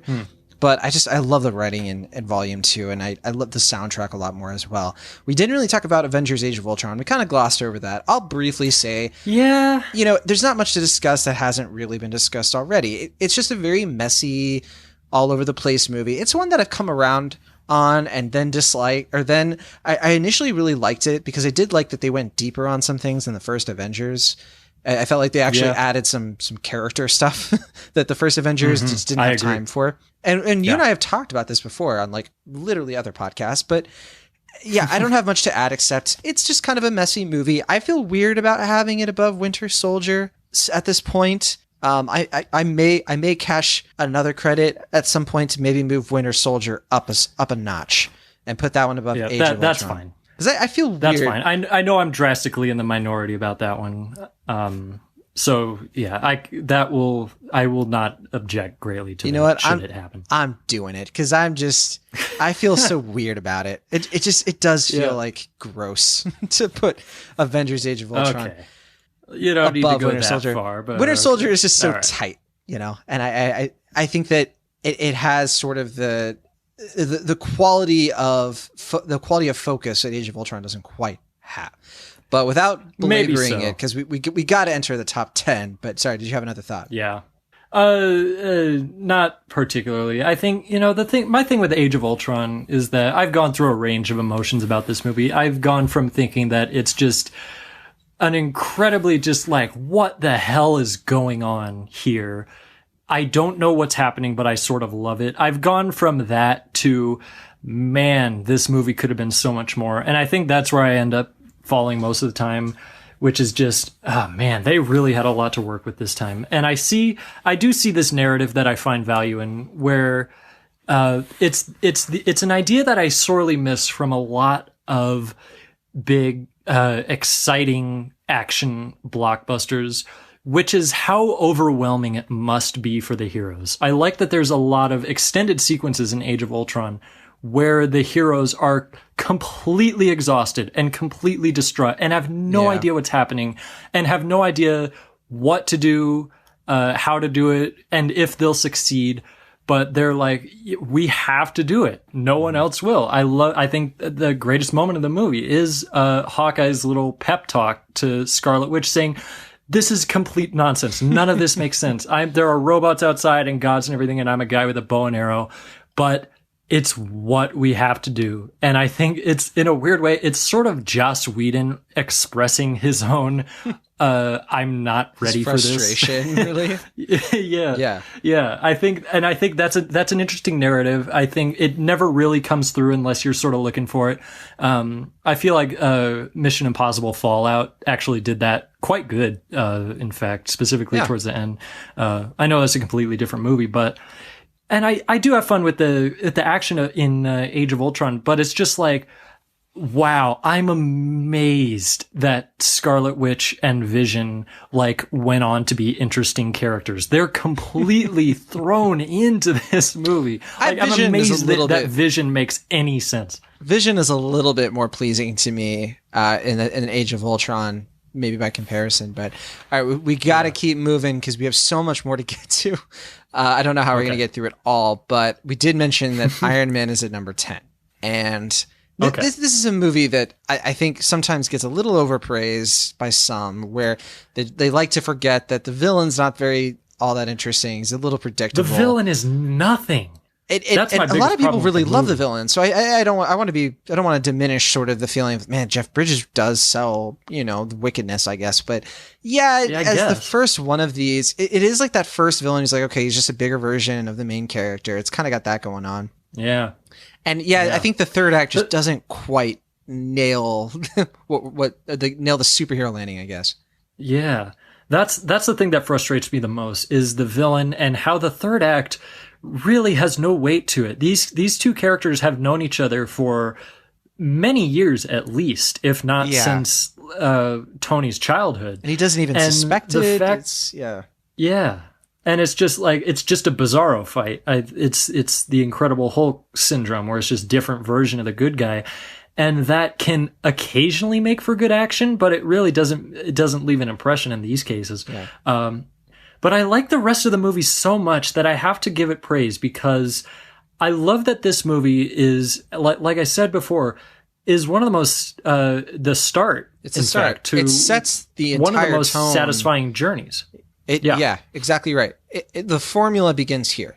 And if this movie if it hadn't been successful, we would not have a Marvel universe. Like that's just that's true. The bare bones of it. Yeah. So I think there's lots to love about this movie and a good amount to dislike. But overall, I think that Tony's journey really shines in this movie. And so for that reason, I will defend it. I had it at number 6. So Okay. Not terribly too far ahead. So I'm not going to fight to put it in the top 5 or anything. Well, you still have a little bit of you have a little bit of cash for this one. Yeah. If it's down 4 spots. So maybe that'll come into play for for this next film I have, because I don't know where it's going to land for you, but at number 9 I have Captain America: Civil War. So okay, how are you feeling about that? Not great. Where do you have it? That's my number 2. Oh, okay. So you have a lot of capital here. Okay, I'm gonna heavy asterisk this one. I'll briefly say, and then we'll revisit this one. I'll briefly say that I really like Civil War. I think that it's such a great film in what it sets out to do. I think the villain, the relationships, it's just great all around. I look at all the other films we're about to talk about, and I just like them a little bit more. Like for me, it's a crapshoot of all of these films. I think you can really mix and match at this point, and plus I have one extra, so that kind of adds to it. That's true. So Sam, I'm very malleable with this pick. Okay. For sure. But what do you have in the number 9 and number 10 spot? Okay. At number 10, I'm curious how much higher this is going to be. Number 10, I have Spider-Man: Homecoming. That's my number 8. Okay, so not terribly far off with that. So we can make a quick trade. I'm okay with this. I'll move Spider-Man: Homecoming to number 9, and then Captain America: Civil War to number 8, and see where we go from there. Okay. All right. That sounds fair to you. Let's keep going in this direction. Yeah, I like where this is headed, he said. To number 1, I think. Okay. And my number 9, like you said, these are the heavy hitters, so this might seem a little low, but don't let that take away again from this is certainly one of the best. My number 9 is The Avengers, the first one. Okay. That's my number 7. Okay. That's my number 7, so I'm curious about this one. We're still staggered by 2. Yeah. And I will say this, my 7, 8, and 9, I spend hours trying to decide what order to put them in. So this is up in the air, these next 3. Okay, so how about this? We have Avengers at 7, Captain America: Civil War at 8, Spider-Man: Homecoming at 9. Your choice, you can move one of those up or one of those down. Which one do you pick? Okay. I would like to move Civil War above Avengers. All right. So Civil War, it's a war of attrition for you right now. Yeah. So, okay. Civil War is at 7. The Avengers is now at number 8. That makes me feel a little bit better about me keeping Thor Ragnarok in the top 5, because you still have a lot of that capital there, right? Yeah. All right. And then what did you have at number 8? At number 8 is the one we alluded to a little bit earlier, maybe a little higher than you were anticipating. My number 8 is Ant-Man and the Wasp. Okay. I could not get enough of this movie. Really? I could not tell you why. Yeah, I missed this one in theaters, for whatever reason. And I wish I hadn't, because I was so childishly, thrilled by just the extempore of this movie. There was something about it. It's something about the fact that all the characters have now been established, in the original Ant-Man. There's been one sort of other incident with Civil War that has a heavy bearing on the plot of this movie. And it makes for a lot of really great comedy and really great drama. And most of it works, I think. And I think it's very enthusiastic and spirited. And the villain is a little, problematic, I think. And I'm talking specifically about, the ghost, Hannah John Common. Yeah. I think the movie's a little bit unsympathetic towards her. Which is a shame, but besides that, I think this movie is a blast, and I had a ton of fun with it. That's fair. Nothing especially profound or deep to say about this one, except that I think it's, if more Marvel movies like this are in store, then I'm very excited, because this is the kind of stuff that I really dig. Okay, I have an exchange I want to make, and Okay. it's probably going to sound weird because of where we're at with this list. You probably are going to be like, why do you want to... I'll move Ant-Man and the Wasp above Captain Marvel. If that means can also move Captain America, the Winter Soldier up above Captain Marvel as well. I want to keep them in the same... Do you feel weird? You don't want to do that with Captain Marvel? I really think Captain Marvel is superior to the Winter Soldier. I'm torn about this one. Well then, what would be the alternative? Second offer, we move Ant-Man and the Wasp up one more spot, and then Thor Ragnarok and Captain America Civil War, we both compromise that those stay where they're at right now. Thor at 5, Captain America at 7. Okay. I think that is the lesser of two heinous evils. You make it sound so part dramatic. of John Negroni. I do, yes. All right. So then, new list. I'm just going to go through it one more time. Incredible Hulk, Thor the Dark World, Iron Man 2. I'll do the numbers too. 19, Thor. 18, Doctor Strange. 17, Ant-Man. 16, Iron Man 3. 15, Avengers Age of Ultron. 14, Captain America the Winter Soldier. 13, Captain Marvel. 12, Ant-Man and the Wasp. 11, Guardians of the Galaxy Volume 2. 10, Iron Man. 9, Spider-Man Homecoming. 8, The Avengers. 7, Captain America Civil War. I won't reveal what my 6 is yet, but number 5, Thor Ragnarok. Okay. Do you contest anything there that we have not discussed yet? I will very, very meagerly content Spider-Man Homecoming being above Iron Man, but I can live with that one, I think. I feel much better about Spider-Man Homecoming above Iron Man. I think Spider-Man Homecoming is very, very good. It's one of the ones I've rewatched the most, and I think all the way through, it's got so many things Iron Man doesn't have. It has a better villain. It has the same amount of laughs. I think it's got that same kind of offbeat humor. I think that Peter Parker is a wonderfully realized Spider-Man. And so much happens in this movie. There's so many locations that they go to. There's a great variety of the action.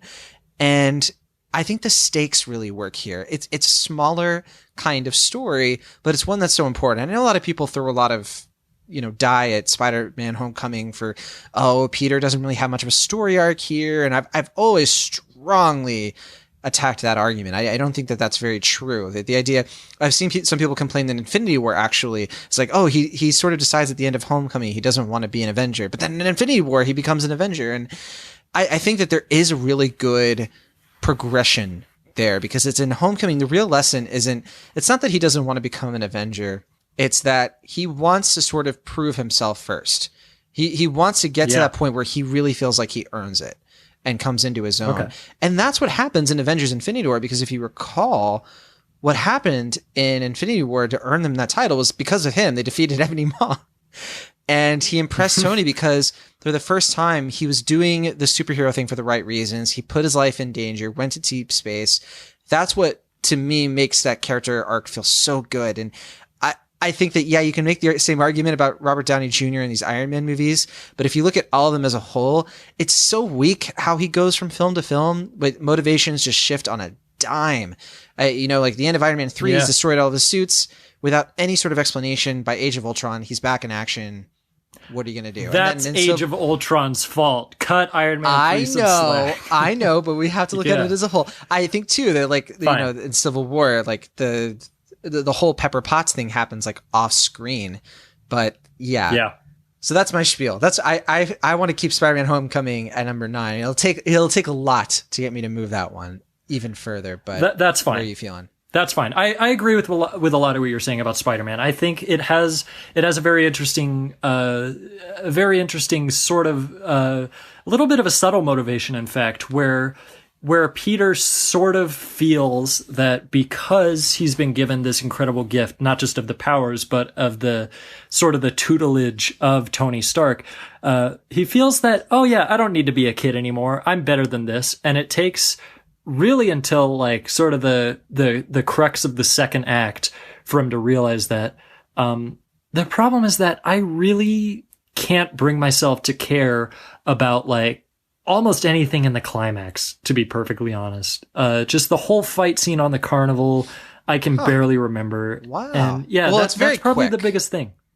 It is. But I mean, even after that, like, as soon as he loses the suit, I feel like it sort of goes into stasis there and doesn't really accomplish terribly much until after the climactic fight. And I know that's sort of vague, and it's been a year since I've watched this movie, so I am not going to die on or off the hill of Spider-Man: Homecoming, but I think Iron Man, I appreciate its ambition a little more in that it's trying to tell, not just a wide character arc, but also just a relevant story. So I can admire that a little more in spite of the botched narrative climax. Sure. So that's just my 2 cents. We'll have to agree to disagree, and I think we're about to get to a much more contentious one probably, but real quick, what did you have at 7?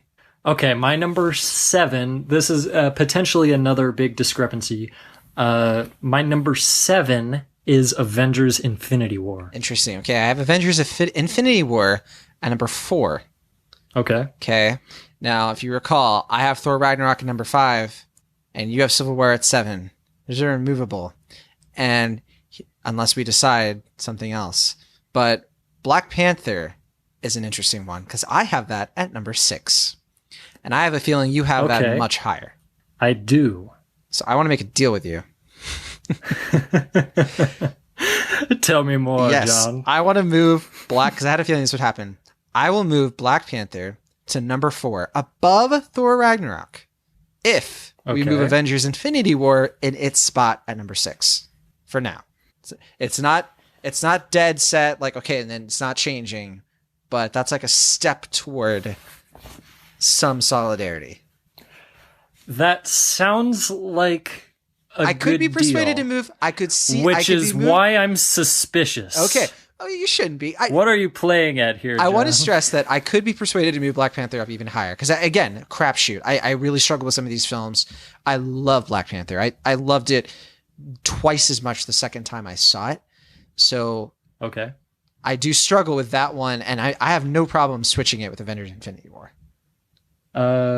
So it's your number 6, correct?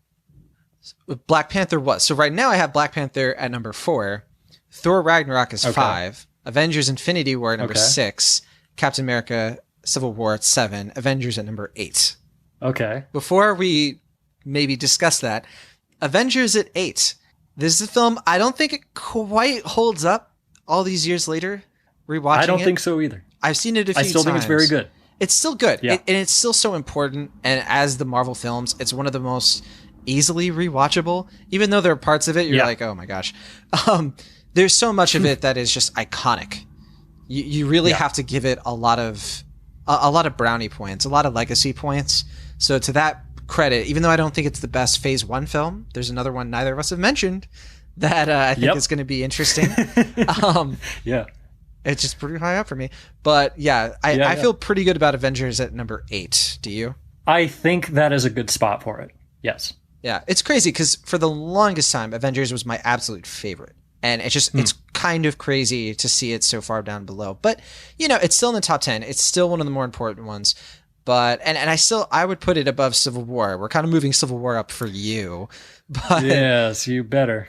At the same time, Civil War is pretty great. And I guess that brings us to Infinity War, which part of me wanted to move this one really high. I was feeling like it, because I have Endgame very high. And I suspected as much. Yes, right. And to me, I kind of wanted to pair them. But at the same time, I do think there are a lot of things about Infinity War that aren't as satisfying as Endgame, that aren't as satisfying as, maybe to some people Civil War, which clearly to you. So how do you feel about Infinity War over Civil War? Why would you have Civil War above that one? The thing I love about Civil War that I've loved, I think I've seen the movie like 4 times now, and I cannot get enough of it. And I think the reason why is because of the sense of tragedy to it and the sense of, what's the word I'm looking for? Not necessarily melancholy or sadness, but I think there's a deep reflection in across the entire runtime of Civil War of what are we doing really? Like, what is the good that we're accomplishing? And I think it's encapsulated really succinctly early on by they're sort of debating the Sokovia Accords and how to go about them. And Vision says, since in the 8 years since Tony Stark revealed himself as Iron Man, there's been an exponential increase in the number of known enhanced individuals. And there's also been an exponential increase in potentially world-ending catastrophes. Maybe there's a correlation there. It's and one I of think the best this entire lines. movie. Yeah, it invites challenge. It's a great concept to introduce to sort of lampshade. Why are all of these things happening at once? Why is Thanos bringing in the Infinity Stones now? And it's a nice little writing cheat almost to sort of justify a lot of these crazy plot contrivances in a way. Yeah, and I think this Civil War I've heard get a lot of flack for Baron Zemo, Daniel Bruhl, who I will defend to my dying day as one of the very best of all MCU villains. I'd say he's the second best in my opinion. I think he's right up there. Yeah. Maybe third. Yeah, he's right up there. I think here's a character who has been completely disenfranchised by this awesome world of superheroes and has decided, nope, enough. That's it. And and succeeds at it, at sort of completely obliterating what we know as the sort of exciting, like raucous, just joy of the MCU. And of course, we'd still have movies like Ant-Man and Thor Ragnarok, but it's ending a part of the universe that's sort of the Age of Innocence in a way. And I think that's mirrored very well in what is essentially a conclusion to Captain America's arc. Of course, he'd go on to appear in Infinity War and Endgame, which I don't know what's going to end up happening in that, but this is the conclusion of the Captain America that we are introduced to in the first Captain America, the first Avenger, where he's been completely just disenfranchised by the entire world, not unlike Zemo. And I think there's such realness to that and to the entire movie with the way it's shot, the way it's written. The humor is more sparing than anyone gives it credit for. So if Marvel humor is obnoxious to you, then I think Civil War is certainly wise in keeping it confined to like a set number of characters and a set series of situations. And I'm only just scratching the surface, but I love Civil War for so many reasons, and I'm like one of the only ones I know who does to this extent. So that is one I will defend. I think a lot of people very really love it, fervently. though. I think Civil War is a pretty beloved Captain America movie. And maybe some people have soured on it in the past couple of years to maybe what you're saying. Yeah. But I think everything you're saying is right. I really enjoy that one. And I just struggle because there's some other ones that maybe I would move it around. And I guess something that just has really bogged down the film for me in more recent memory is the sort of ugliness of some of its set pieces. Mainly the airport one is such an unremarkable setting for this big fight. Okay. There's some flatness. I say it's grounded, but okay, that's fair enough. good airport pun.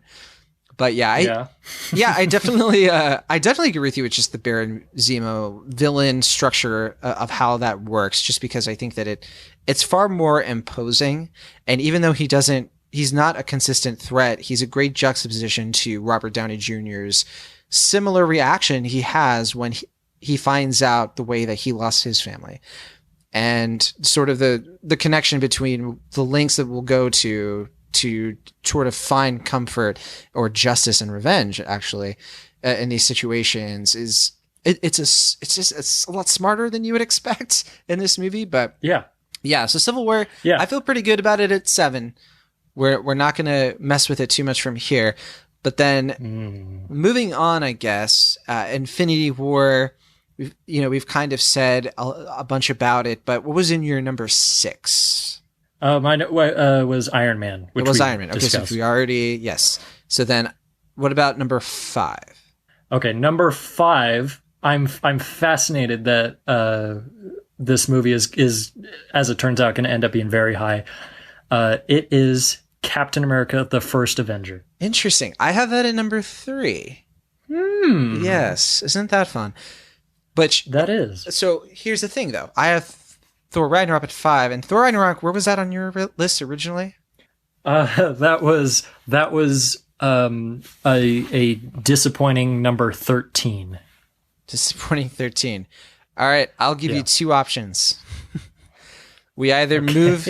Okay, so we can move Captain America First Avenger to number 4, Black Panther to number 3, or we move Captain America the First Avenger to number 5, Black Panther to number 3, Thor Ragnarok to number 4. Which would you rather see? I would rather see Black Panther at 3 and Captain America First Avenger at 4 and Ragnarok at 5. Okay. Of those 2 options. That's what we'll do. Okay. I think that is fair. But okay, maybe before we talk about First Avenger, I have to say about Thor Ragnarok. I've long considered Thor Ragnarok to be my favorite Marvel film. I think it is hilarious. Okay. I think it is just perfectly written. It has one of the best third act surprises. And I know you and Will Ashmore agree on this film. You're not as high up on it as I am. I know that Will really likes the Sakaara scenes. He thinks that's where Taika Waititi was really given room and freedom. But I look at the whole film as a whole, and it just, from start to finish, has so many memorable moments. This is the Marvel film I've seen the most amount of times. I've seen it like 6 or 7 times. Yes. Holy I Jesus. love this movie so much. That's why I'm vigorously fighting to keep it in the top 5. Because it originally, it was like, I think my number 2 or 3. And I just think of, especially with Thor just being reimagined in this way, his team up with Hulk, the introduction of Valkyrie and Korg and Meek and all these wonderful characters. Jeff Goldblum gets to play one of the most wonderful antagonists. Yes. And just this movie this movie has color and it has a visual style and this unapologetic 80s attitude of going all the way with its premise that I want more Marvel films to be this weird and have this distinctive vision. And when I think of like Marvel films that I want to rewatch or Marvel films that I want other ones to be more like, Thor Ragnarok is always like, to me, the standard of those films. Some of the other films above this one, I don't think you can really translate or do unique things with as much, maybe. But Thor Ragnarok is just, it's such a unicorn of a film that I root for it 100%. But why do you have it Okay. all the way down at number 13? That's insane to me. Okay, Thor Ragnarok is a funny, fast-paced, dynamic, damn near revisionist movie in this series. The way it just literally lays waste to the lifelessness that Thor had been associated with before. Yes. Going back to watch, I think for whatever reason, specifically the first Avengers from 2012, I'm like, man, Thor is not interesting here, and it's amazing how Ragnarok and Taika Waititi are able to just breathe life into this fantasy world that should have been weird all along. And I especially took notice of the score this time around. However, I don't feel a thing when I watch this movie. Nothing. I don't know what it is. I feel nothing when I watch this movie. When I see Thor's entire enterprise going up in flames, and when I see the Hulk wrestling with his own identity, and when I see the sins of the past come back to haunt this empire, I feel nothing. And I cannot quite put my finger on this. I've only seen the movie twice. Longtime listeners, or perhaps even readers of mine, will know that I am something of a harsh critic on comedy. I feel like it can very easily undermine sort of moments that are perhaps intended to be a bit more sincere and a bit more weighty or effective in some way. And I think that this movie there are certainly worse movies, but I think there's a lot of that in this movie, where here's this story, this intergenerational story where so much is being revealed and built and destroyed. And yet I can't get into it on any emotional level whatsoever. And I think the movie wants me to, and I can't. And for that reason, I have to consider it just not one of the worst by any means. It's still a good movie, but not one of my favorites. Okay. Well, I disagree. That's the best I can do. I disagree with all of that, but I don't disagree with the fact that you did not feel anything. To be clear, okay, it's just what happened, and I have to accept it. And I don't know how I will, but yes, okay. I can't force you to feel something when you see Thor wiping out bad guys to Immigrant Song. I'm not a miracle worker, but I do like what you said though about it's fine. Him laying waste to all of Asgard and just this reckless abandon of resetting this character. It's what's so exciting about him. And I'm so happy that in an Infinity War and in Endgame, they really do carry on what worked in Thor Ragnarok with his character in ways that I hope you enjoy more, especially in Endgame. I think you might get more of a kick out of that, but we'll see. Let's get back to that. Okay, we are now in the top 5, which is very exciting. At number 4, we have Captain America: The First Avenger, which feels like it's pretty secure in that spot. I don't know if I see this one budging anymore, unless you want to cash anything else. Like if you want to move that one down a little bit, and I get to move something up that's later in the list. Maybe we can discuss that later. But yeah, Captain America: The First Avenger. To me, that's the best of the Phase 1 films. I've seen it 3 times, 3 or 4 times. Every time I see it, I love it even more. It's that kind of film.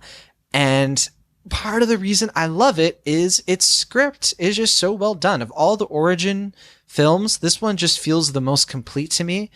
There is one other film in the top 5 here that is technically an origin film, but this one really is the blueprint for like the solo origin, where you just follow one character. You see him as, in many ways, Captain America, unlike all of the other Avengers, is a passive protagonist or a flat protagonist. He doesn't change. Everything around him does.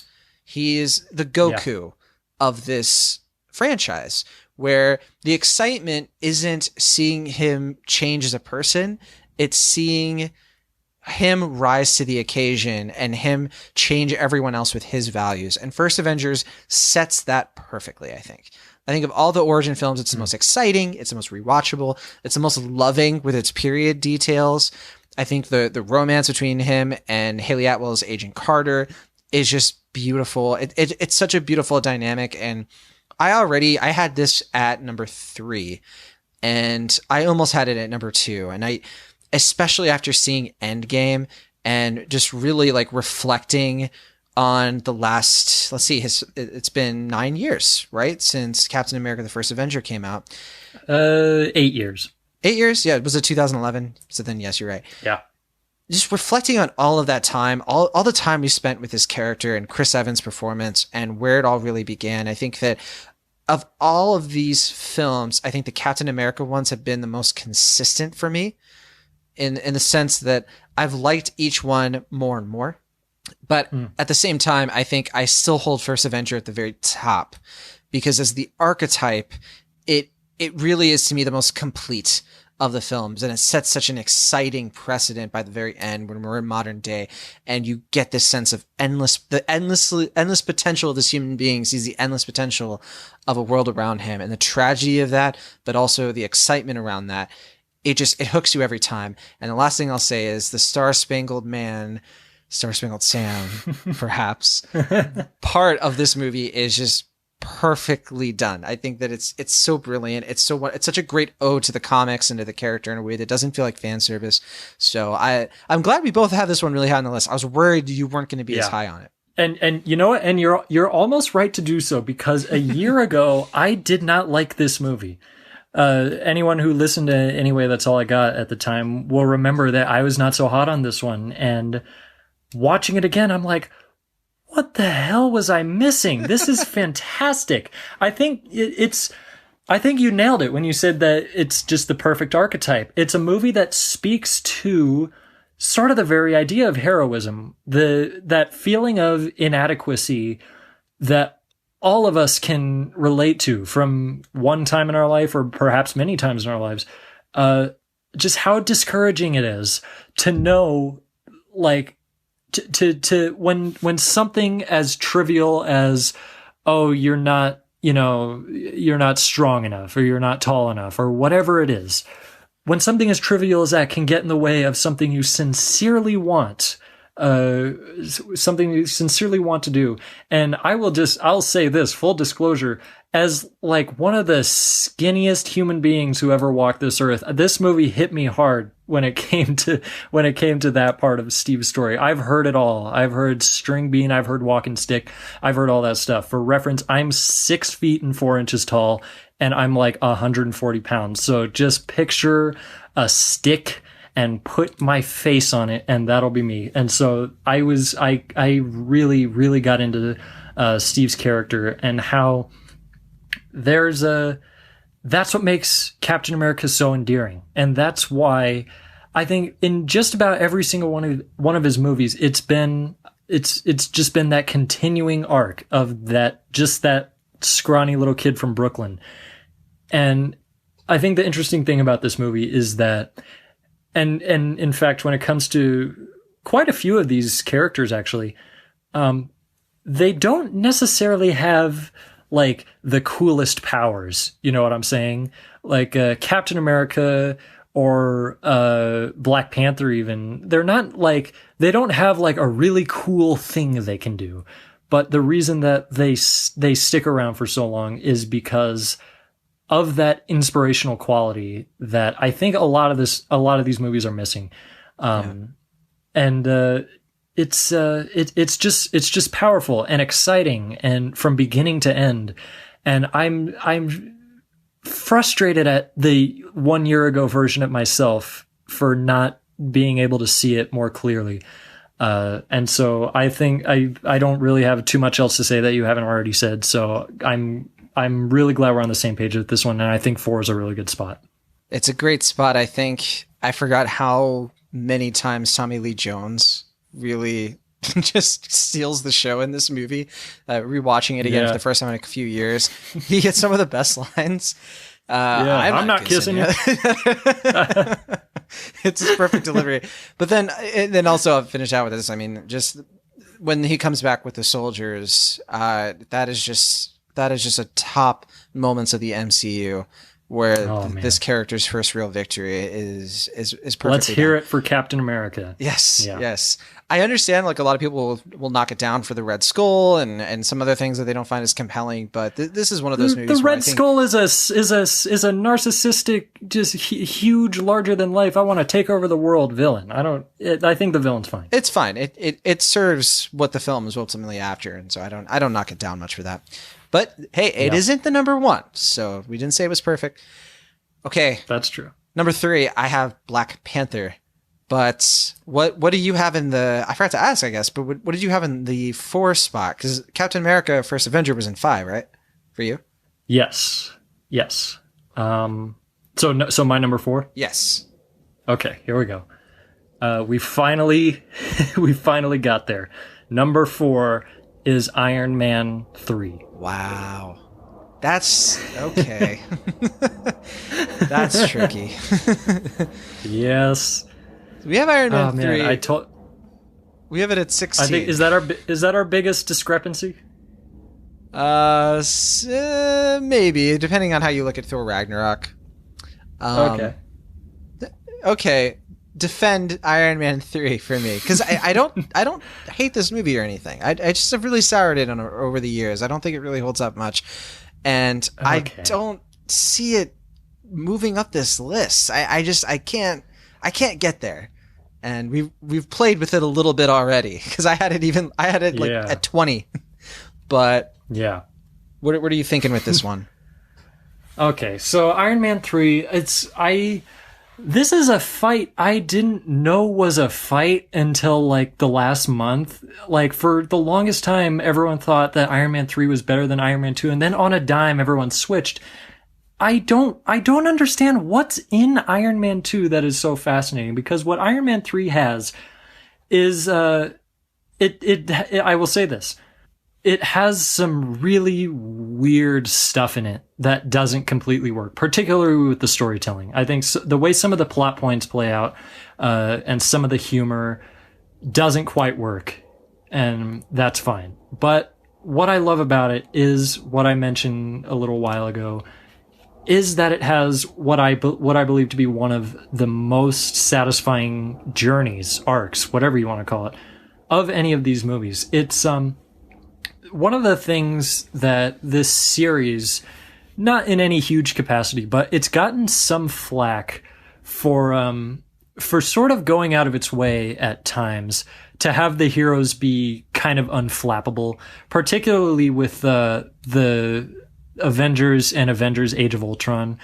You get the sense that they sort of win the fight, and then they're like, all right, yay, cool, we won, let's go get some shawarma, no big deal. They're sort of trying to act cool, rather than heroic. They're just trying to be cool and appealing, and like some sort of like a role model, but not in an endearing sense, in like the James Bond sense.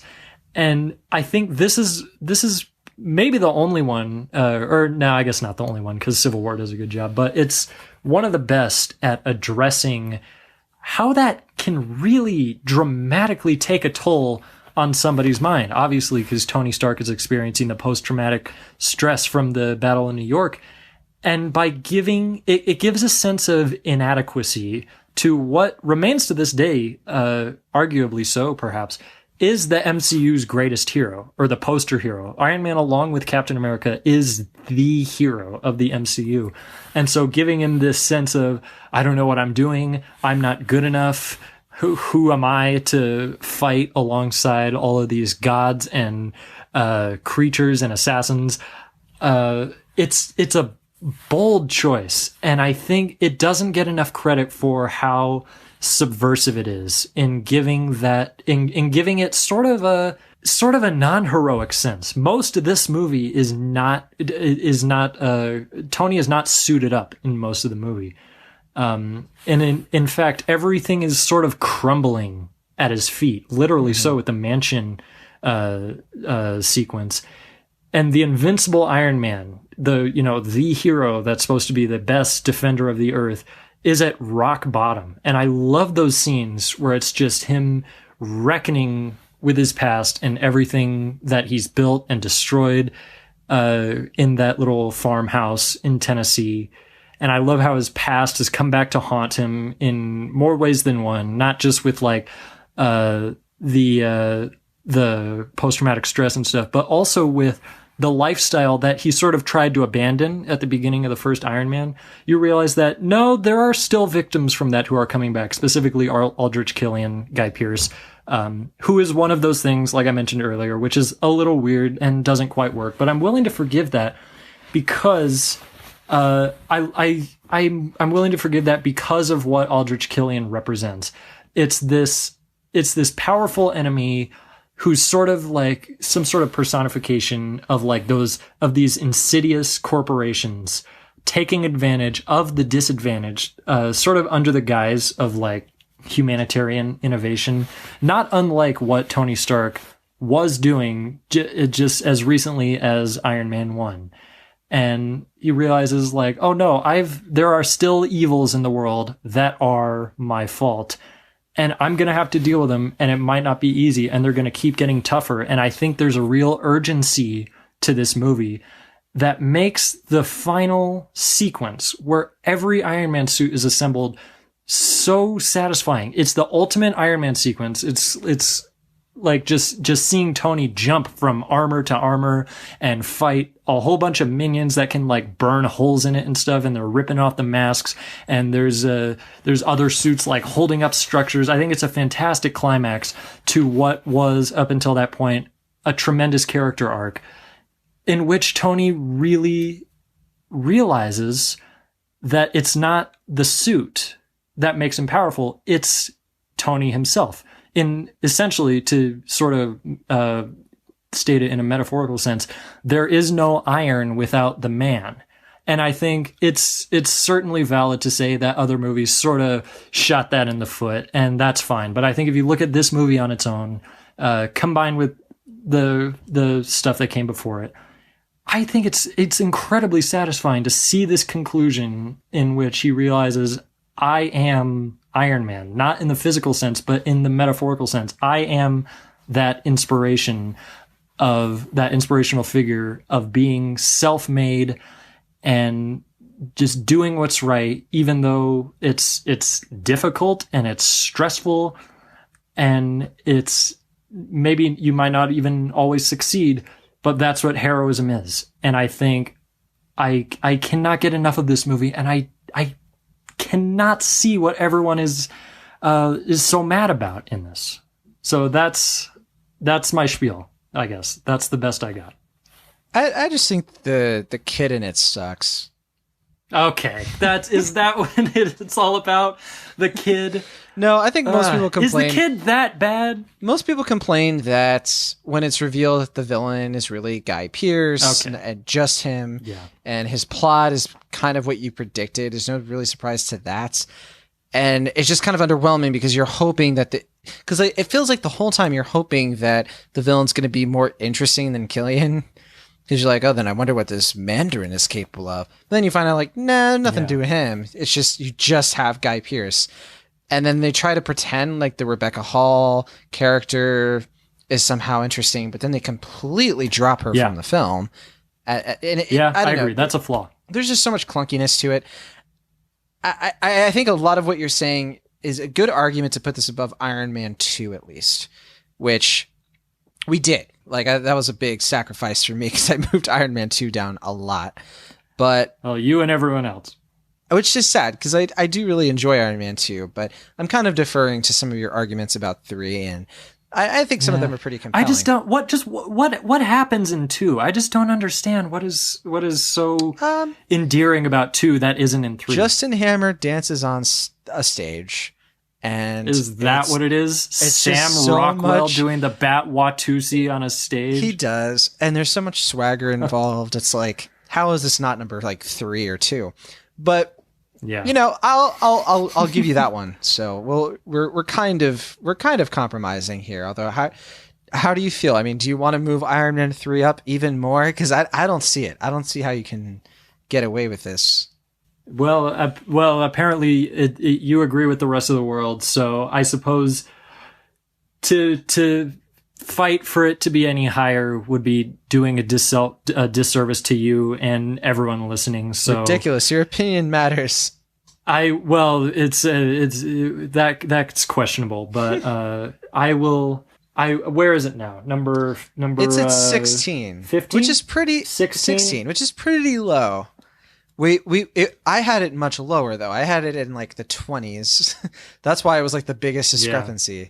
So it's almost at around the middle, but yeah, it's just tough because we already moved a lot of stuff up. Oh yeah. And I know that it can't, in air quotes, be above certain other things. So yeah, at this point, I will. All right, It would what? I'll do this. Let's at least move it above Avengers: Age of Ultron at 15. Okay. With that puts a smile on my face. Well, then perfect. That's good. That's, I think, a good compromise. And can an argument be made to put it above Ant-Man 2, or is that somewhere else? No, because that's way higher. That's at like 12. Oh, okay. We'd have to put it above Captain Marvel and Captain America: The Winter Soldier.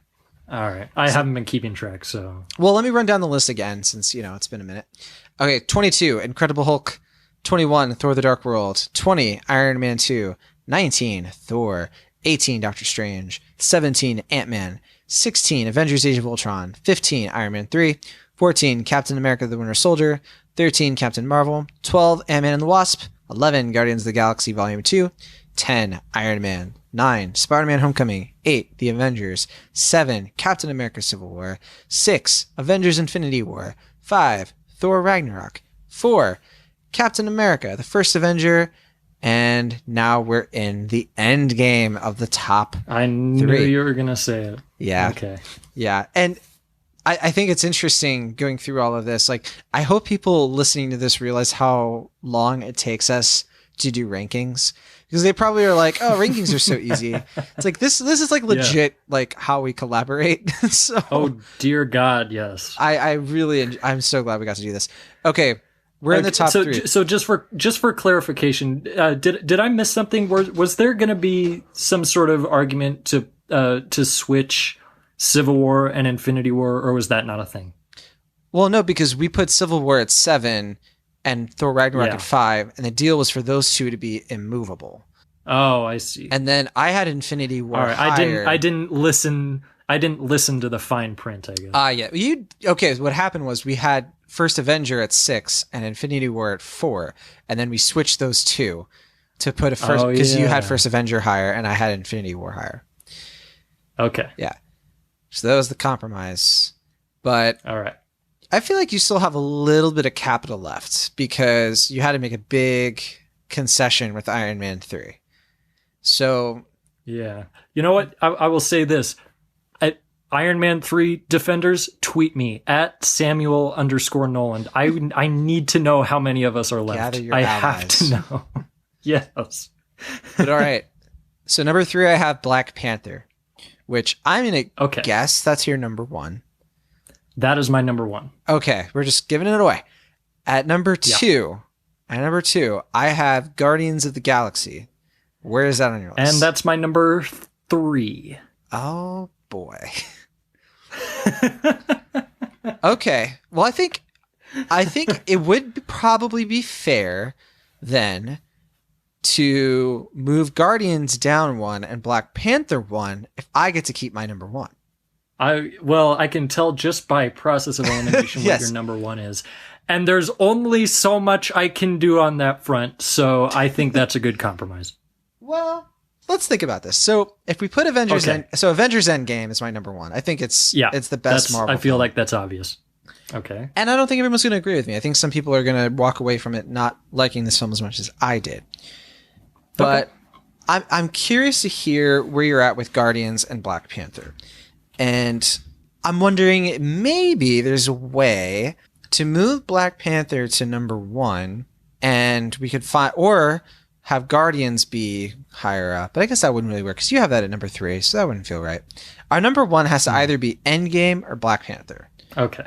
And if it's Black Panther, then I feel a little bit better about Iron Man 3 being all the way down at 15. Does that make sense? Yes. It does indeed. And then, yeah. But I also, granted, I can't say practically anything about Endgame. But I do Guardians is my number 3. So I will give no pushback if that will somehow elevate in the list in some form. Well, we'll make this change already. We'll move Black Panther to number 2. And okay. Guardians of the Galaxy is now number 3. And okay. We've already spoken a bit on Guardians of the Galaxy. You gave a bit of a spiel on it. I echo a lot of it. I just think it's a blast of a movie. It's like the other Marvel movie I've seen the most. It's just so rewatchable and endless fun. And as much as I love Volume 2, I think that, yeah, you really can't beat the first Guardians. It's such a lightning in a bottle type of film. But when it comes to Black Panther, this is such a great Marvel film. I mean, it was the first to win Oscars. It's a film with such a great royal drama at the center of it. It's the kind of film where the villain changes the hero. Despite him not being fully sympathetic, he sort of like comes into this movie, Killmonger. He's the best villain because he comes in and our characters are almost sort of paralyzed with T'Challa being like, I don't know what to do. Being the king. I mean, this is just what to do. But then the film takes a turn because Killmonger comes in and really, even though they're at odds, Black Panther himself has to really second guess everything. But the reason I don't have Black Panther as number 1 is because of all of the action.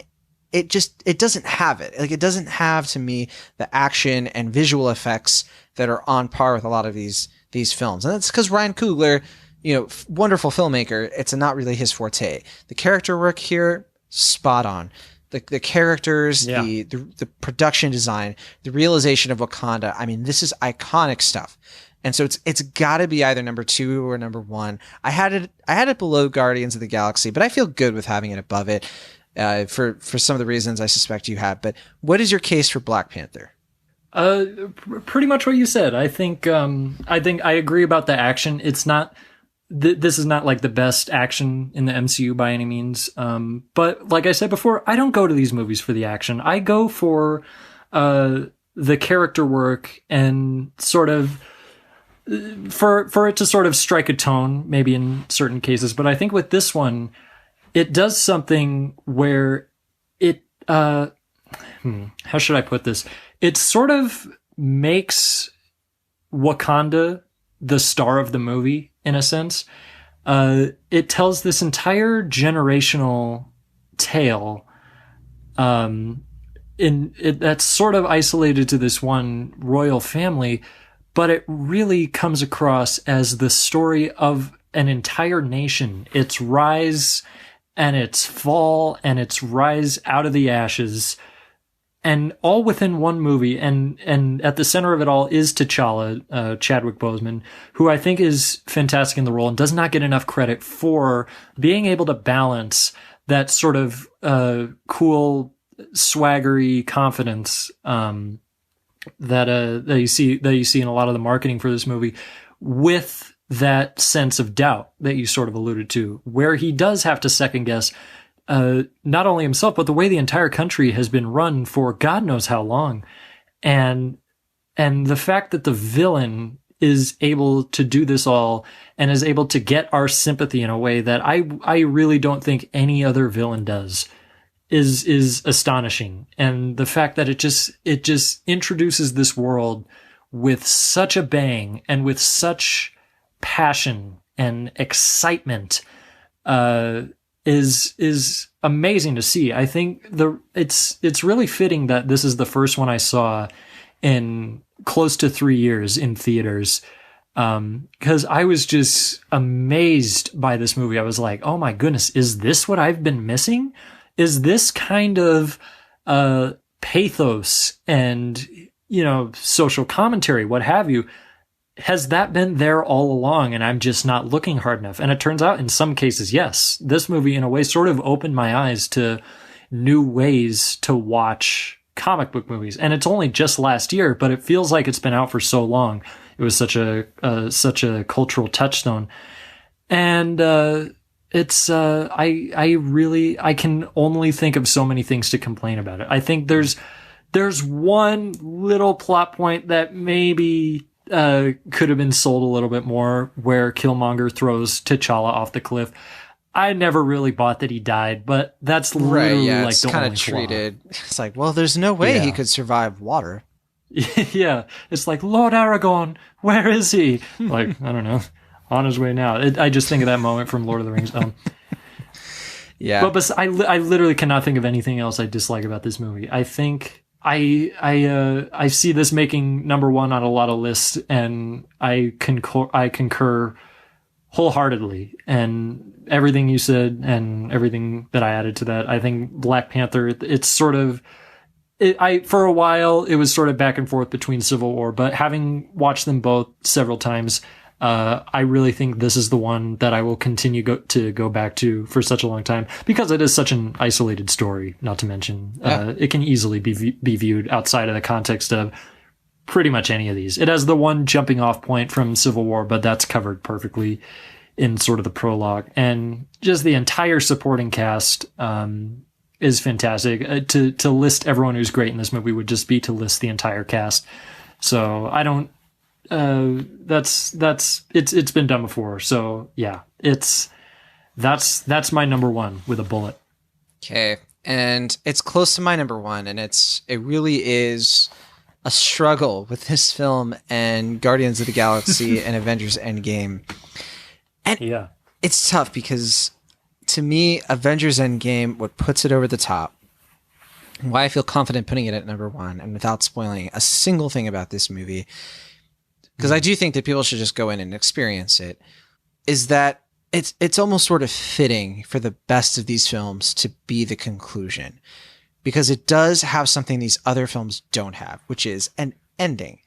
It actually wraps things up. It actually finishes its story, and it does it in a satisfying way, which is just, to me, this movie is a miracle. I can't believe how good it is. I know a lot of people are going to throw complaints at it, and they're going to say, tonal imbalance, checkmate film critics. There's more than one tone in this movie, so you don't even realize it, do you, that that's a flaw?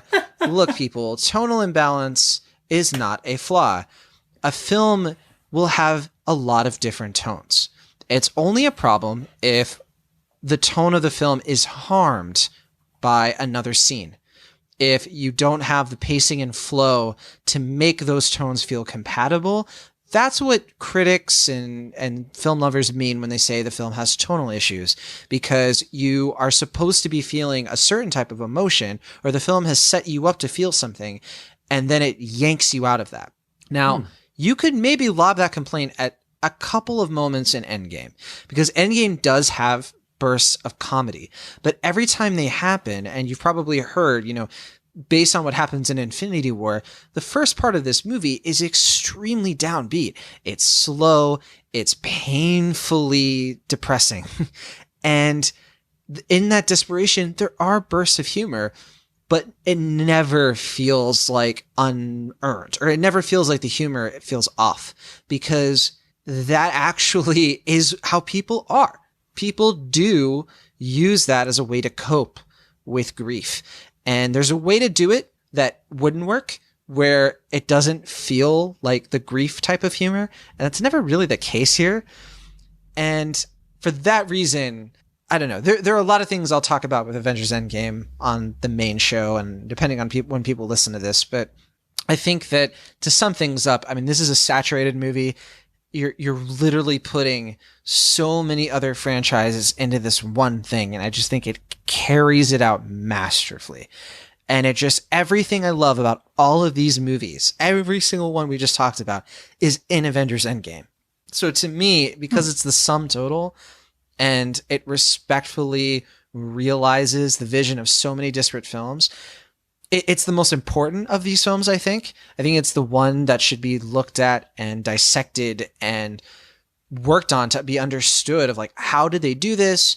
Future filmmakers will look at the Marvel Cinematic Universe whether they dislike it or whether they love it, what have you, they will look at it as a rubric, as a measuring stick, and maybe as their own sort of Bible in how they're going to create a cinematic universe or sprawling narrative of their own. In the same way that we look at Tolkien's novels that inspired fantasy for generations to come. And in some ways, a lot of fantasy has perfected what Tolkien set out to do. There's stuff out there that's better than The Lord of the Rings, but Lord of the Rings is more popular. Well, okay. Yeah. I'm talking about the books, of course. I don't know how you feel about those. But does that make any sense, though? Like what I'm saying? Sure. Sounds good, John. I either agree or disagree. Well, yeah, I'm not saying specific to this movie, but the idea of like the criteria that I'm using is really just looking at, and you can't make a judgment, of course, but the thing that I'm making is that of all these films, it is the most important because it does sum up an era. And I just think it has everything I love about all the other films. So I can't look at any other film and be like, that's better. I think I could see some lists having it lower because maybe they're like, well, my criteria is this film needs to work better on its own. To me, that ranks it higher. And I don't really, that's not a criteria for me at all. Because if that's not what the film is, if the film's not trying to be standalone, and if it has that's just to me is self-awareness. That is the way that a sequel knows that you watched the one before. I mean, we don't fault Spider-Man 2 for tying up loose ends of the first one. That's still one of the best superhero movies ever made. It's nice to have watched the first Spider-Man, of course, but you can still watch that and not get lost. With Endgame, it's a very different thing. It's sort of like being like, well, the season finale of the show is just not as good as this other thing. And it's like, well, they're all sort of episodic. And to me, the season finale carries almost more pressure than anything else. And so I'm happy to say that in this case, I think that the finale actually lives up to its own legacy. And for that reason, I'm number one on Endgame. And I'm so curious, Sam. I have no idea how you're going to respond to it. It is a 3-hour movie. It's so much movie. Oh yeah. I can handle 3-hour movies, damn it.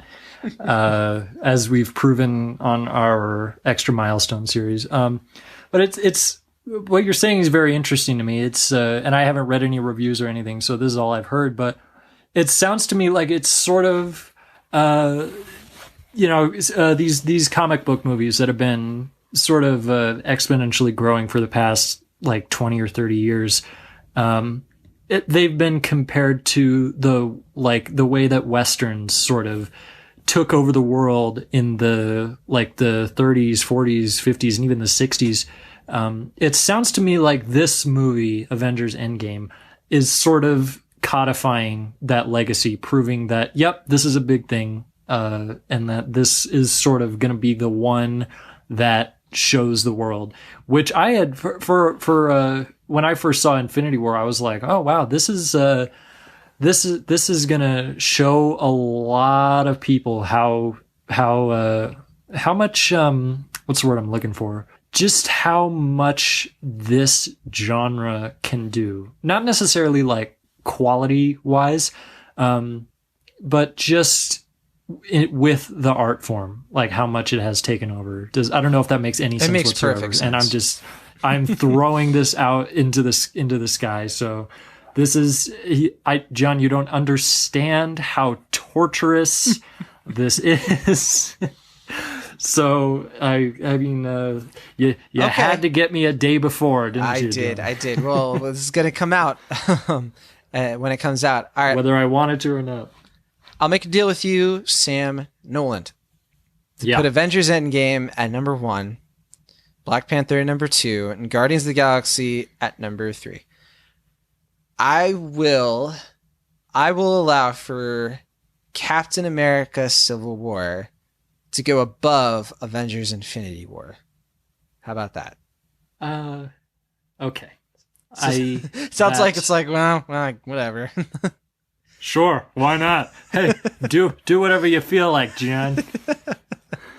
Yeah, I guess so. Yeah, no, I think that sounds. I think that's fair. I think hearing what you've had to say about Endgame, And obviously, I'm going to be mad if I don't like the movie. I'm going to be like, was it worth it? What a sham of a list. I could have gotten Iron Man 3 up to number 10. I knew it was a trap all along. This whole time, you've been giving me these offers. I'm like, what is this all building to? And it looks like this is it. So I think the only logical conclusion is to accept your generous offer. All right. Well, then it is a deal. Sam Noland. I love it. We'll revisit this list soon. We've gone well over 2 hours. So with that, we are going to go through the list one last time and say goodbye. At number 22, The Incredible Hulk. So dramatic. I know, right? Incredible Hulk at 22. 21, Thor the Dark World. 20, Iron Man 2. 19, Thor. 18, Doctor Strange. 17, Ant-Man. 16, Avengers Age of Ultron. 15, Iron Man 3. 14, Captain America, the Winter Soldier. 13, Captain Marvel. 12, Ant-Man and the Wasp. 11, Guardians of the Galaxy Volume 2. 10, Iron Man. 9, Spider-Man Homecoming. 8, The Avengers. 7, Avengers Infinity War. 6, Captain America Civil War. 5, Thor Ragnarok. 4, Captain America the First Avenger. 3, Guardians of the Galaxy. 2, Black Panther. 1, my man, Avengers Endgame. Yes. If you like Cinemaholics, please leave a review and a podcast rating on your podcast host of choice. Thank you for listening to this special collaboration episode. This was a lot of fun. I hope we can do more episodes like this in the future. Just sort of having a good time working on Cinemaholics content in real time. We apologize for the long running time, but we had to be realistic. This is how it goes, I guess. Yeah. But Sam, thank you so much, and we'll talk more once you see Endgame. Hopefully, I'll be able to share your thoughts with the listeners sooner rather than later. Oh yeah, John, you're fine, you're mine, and you look so divine, and it's always a treat. I appreciate like that. What was that? That wasn't a haiku. That wasn't a limerick. I don't know what that was. That was a lyric from Brandy, the Egos song. Oh, yes, from Guardians of the Galaxy 2. Brandy, you're a fine girl. What a good wife you would be. You would be, yes. Probably my least favorite song from the soundtrack, to be honest, but oh well. Well, are we going to have another 17 minutes to debate about that? I think that's what we're going to have to call it. From the Internet California, I think that's enough. I am John Gurney. And from the Internet Colorado, I am Sam Noland. We'll see you next time.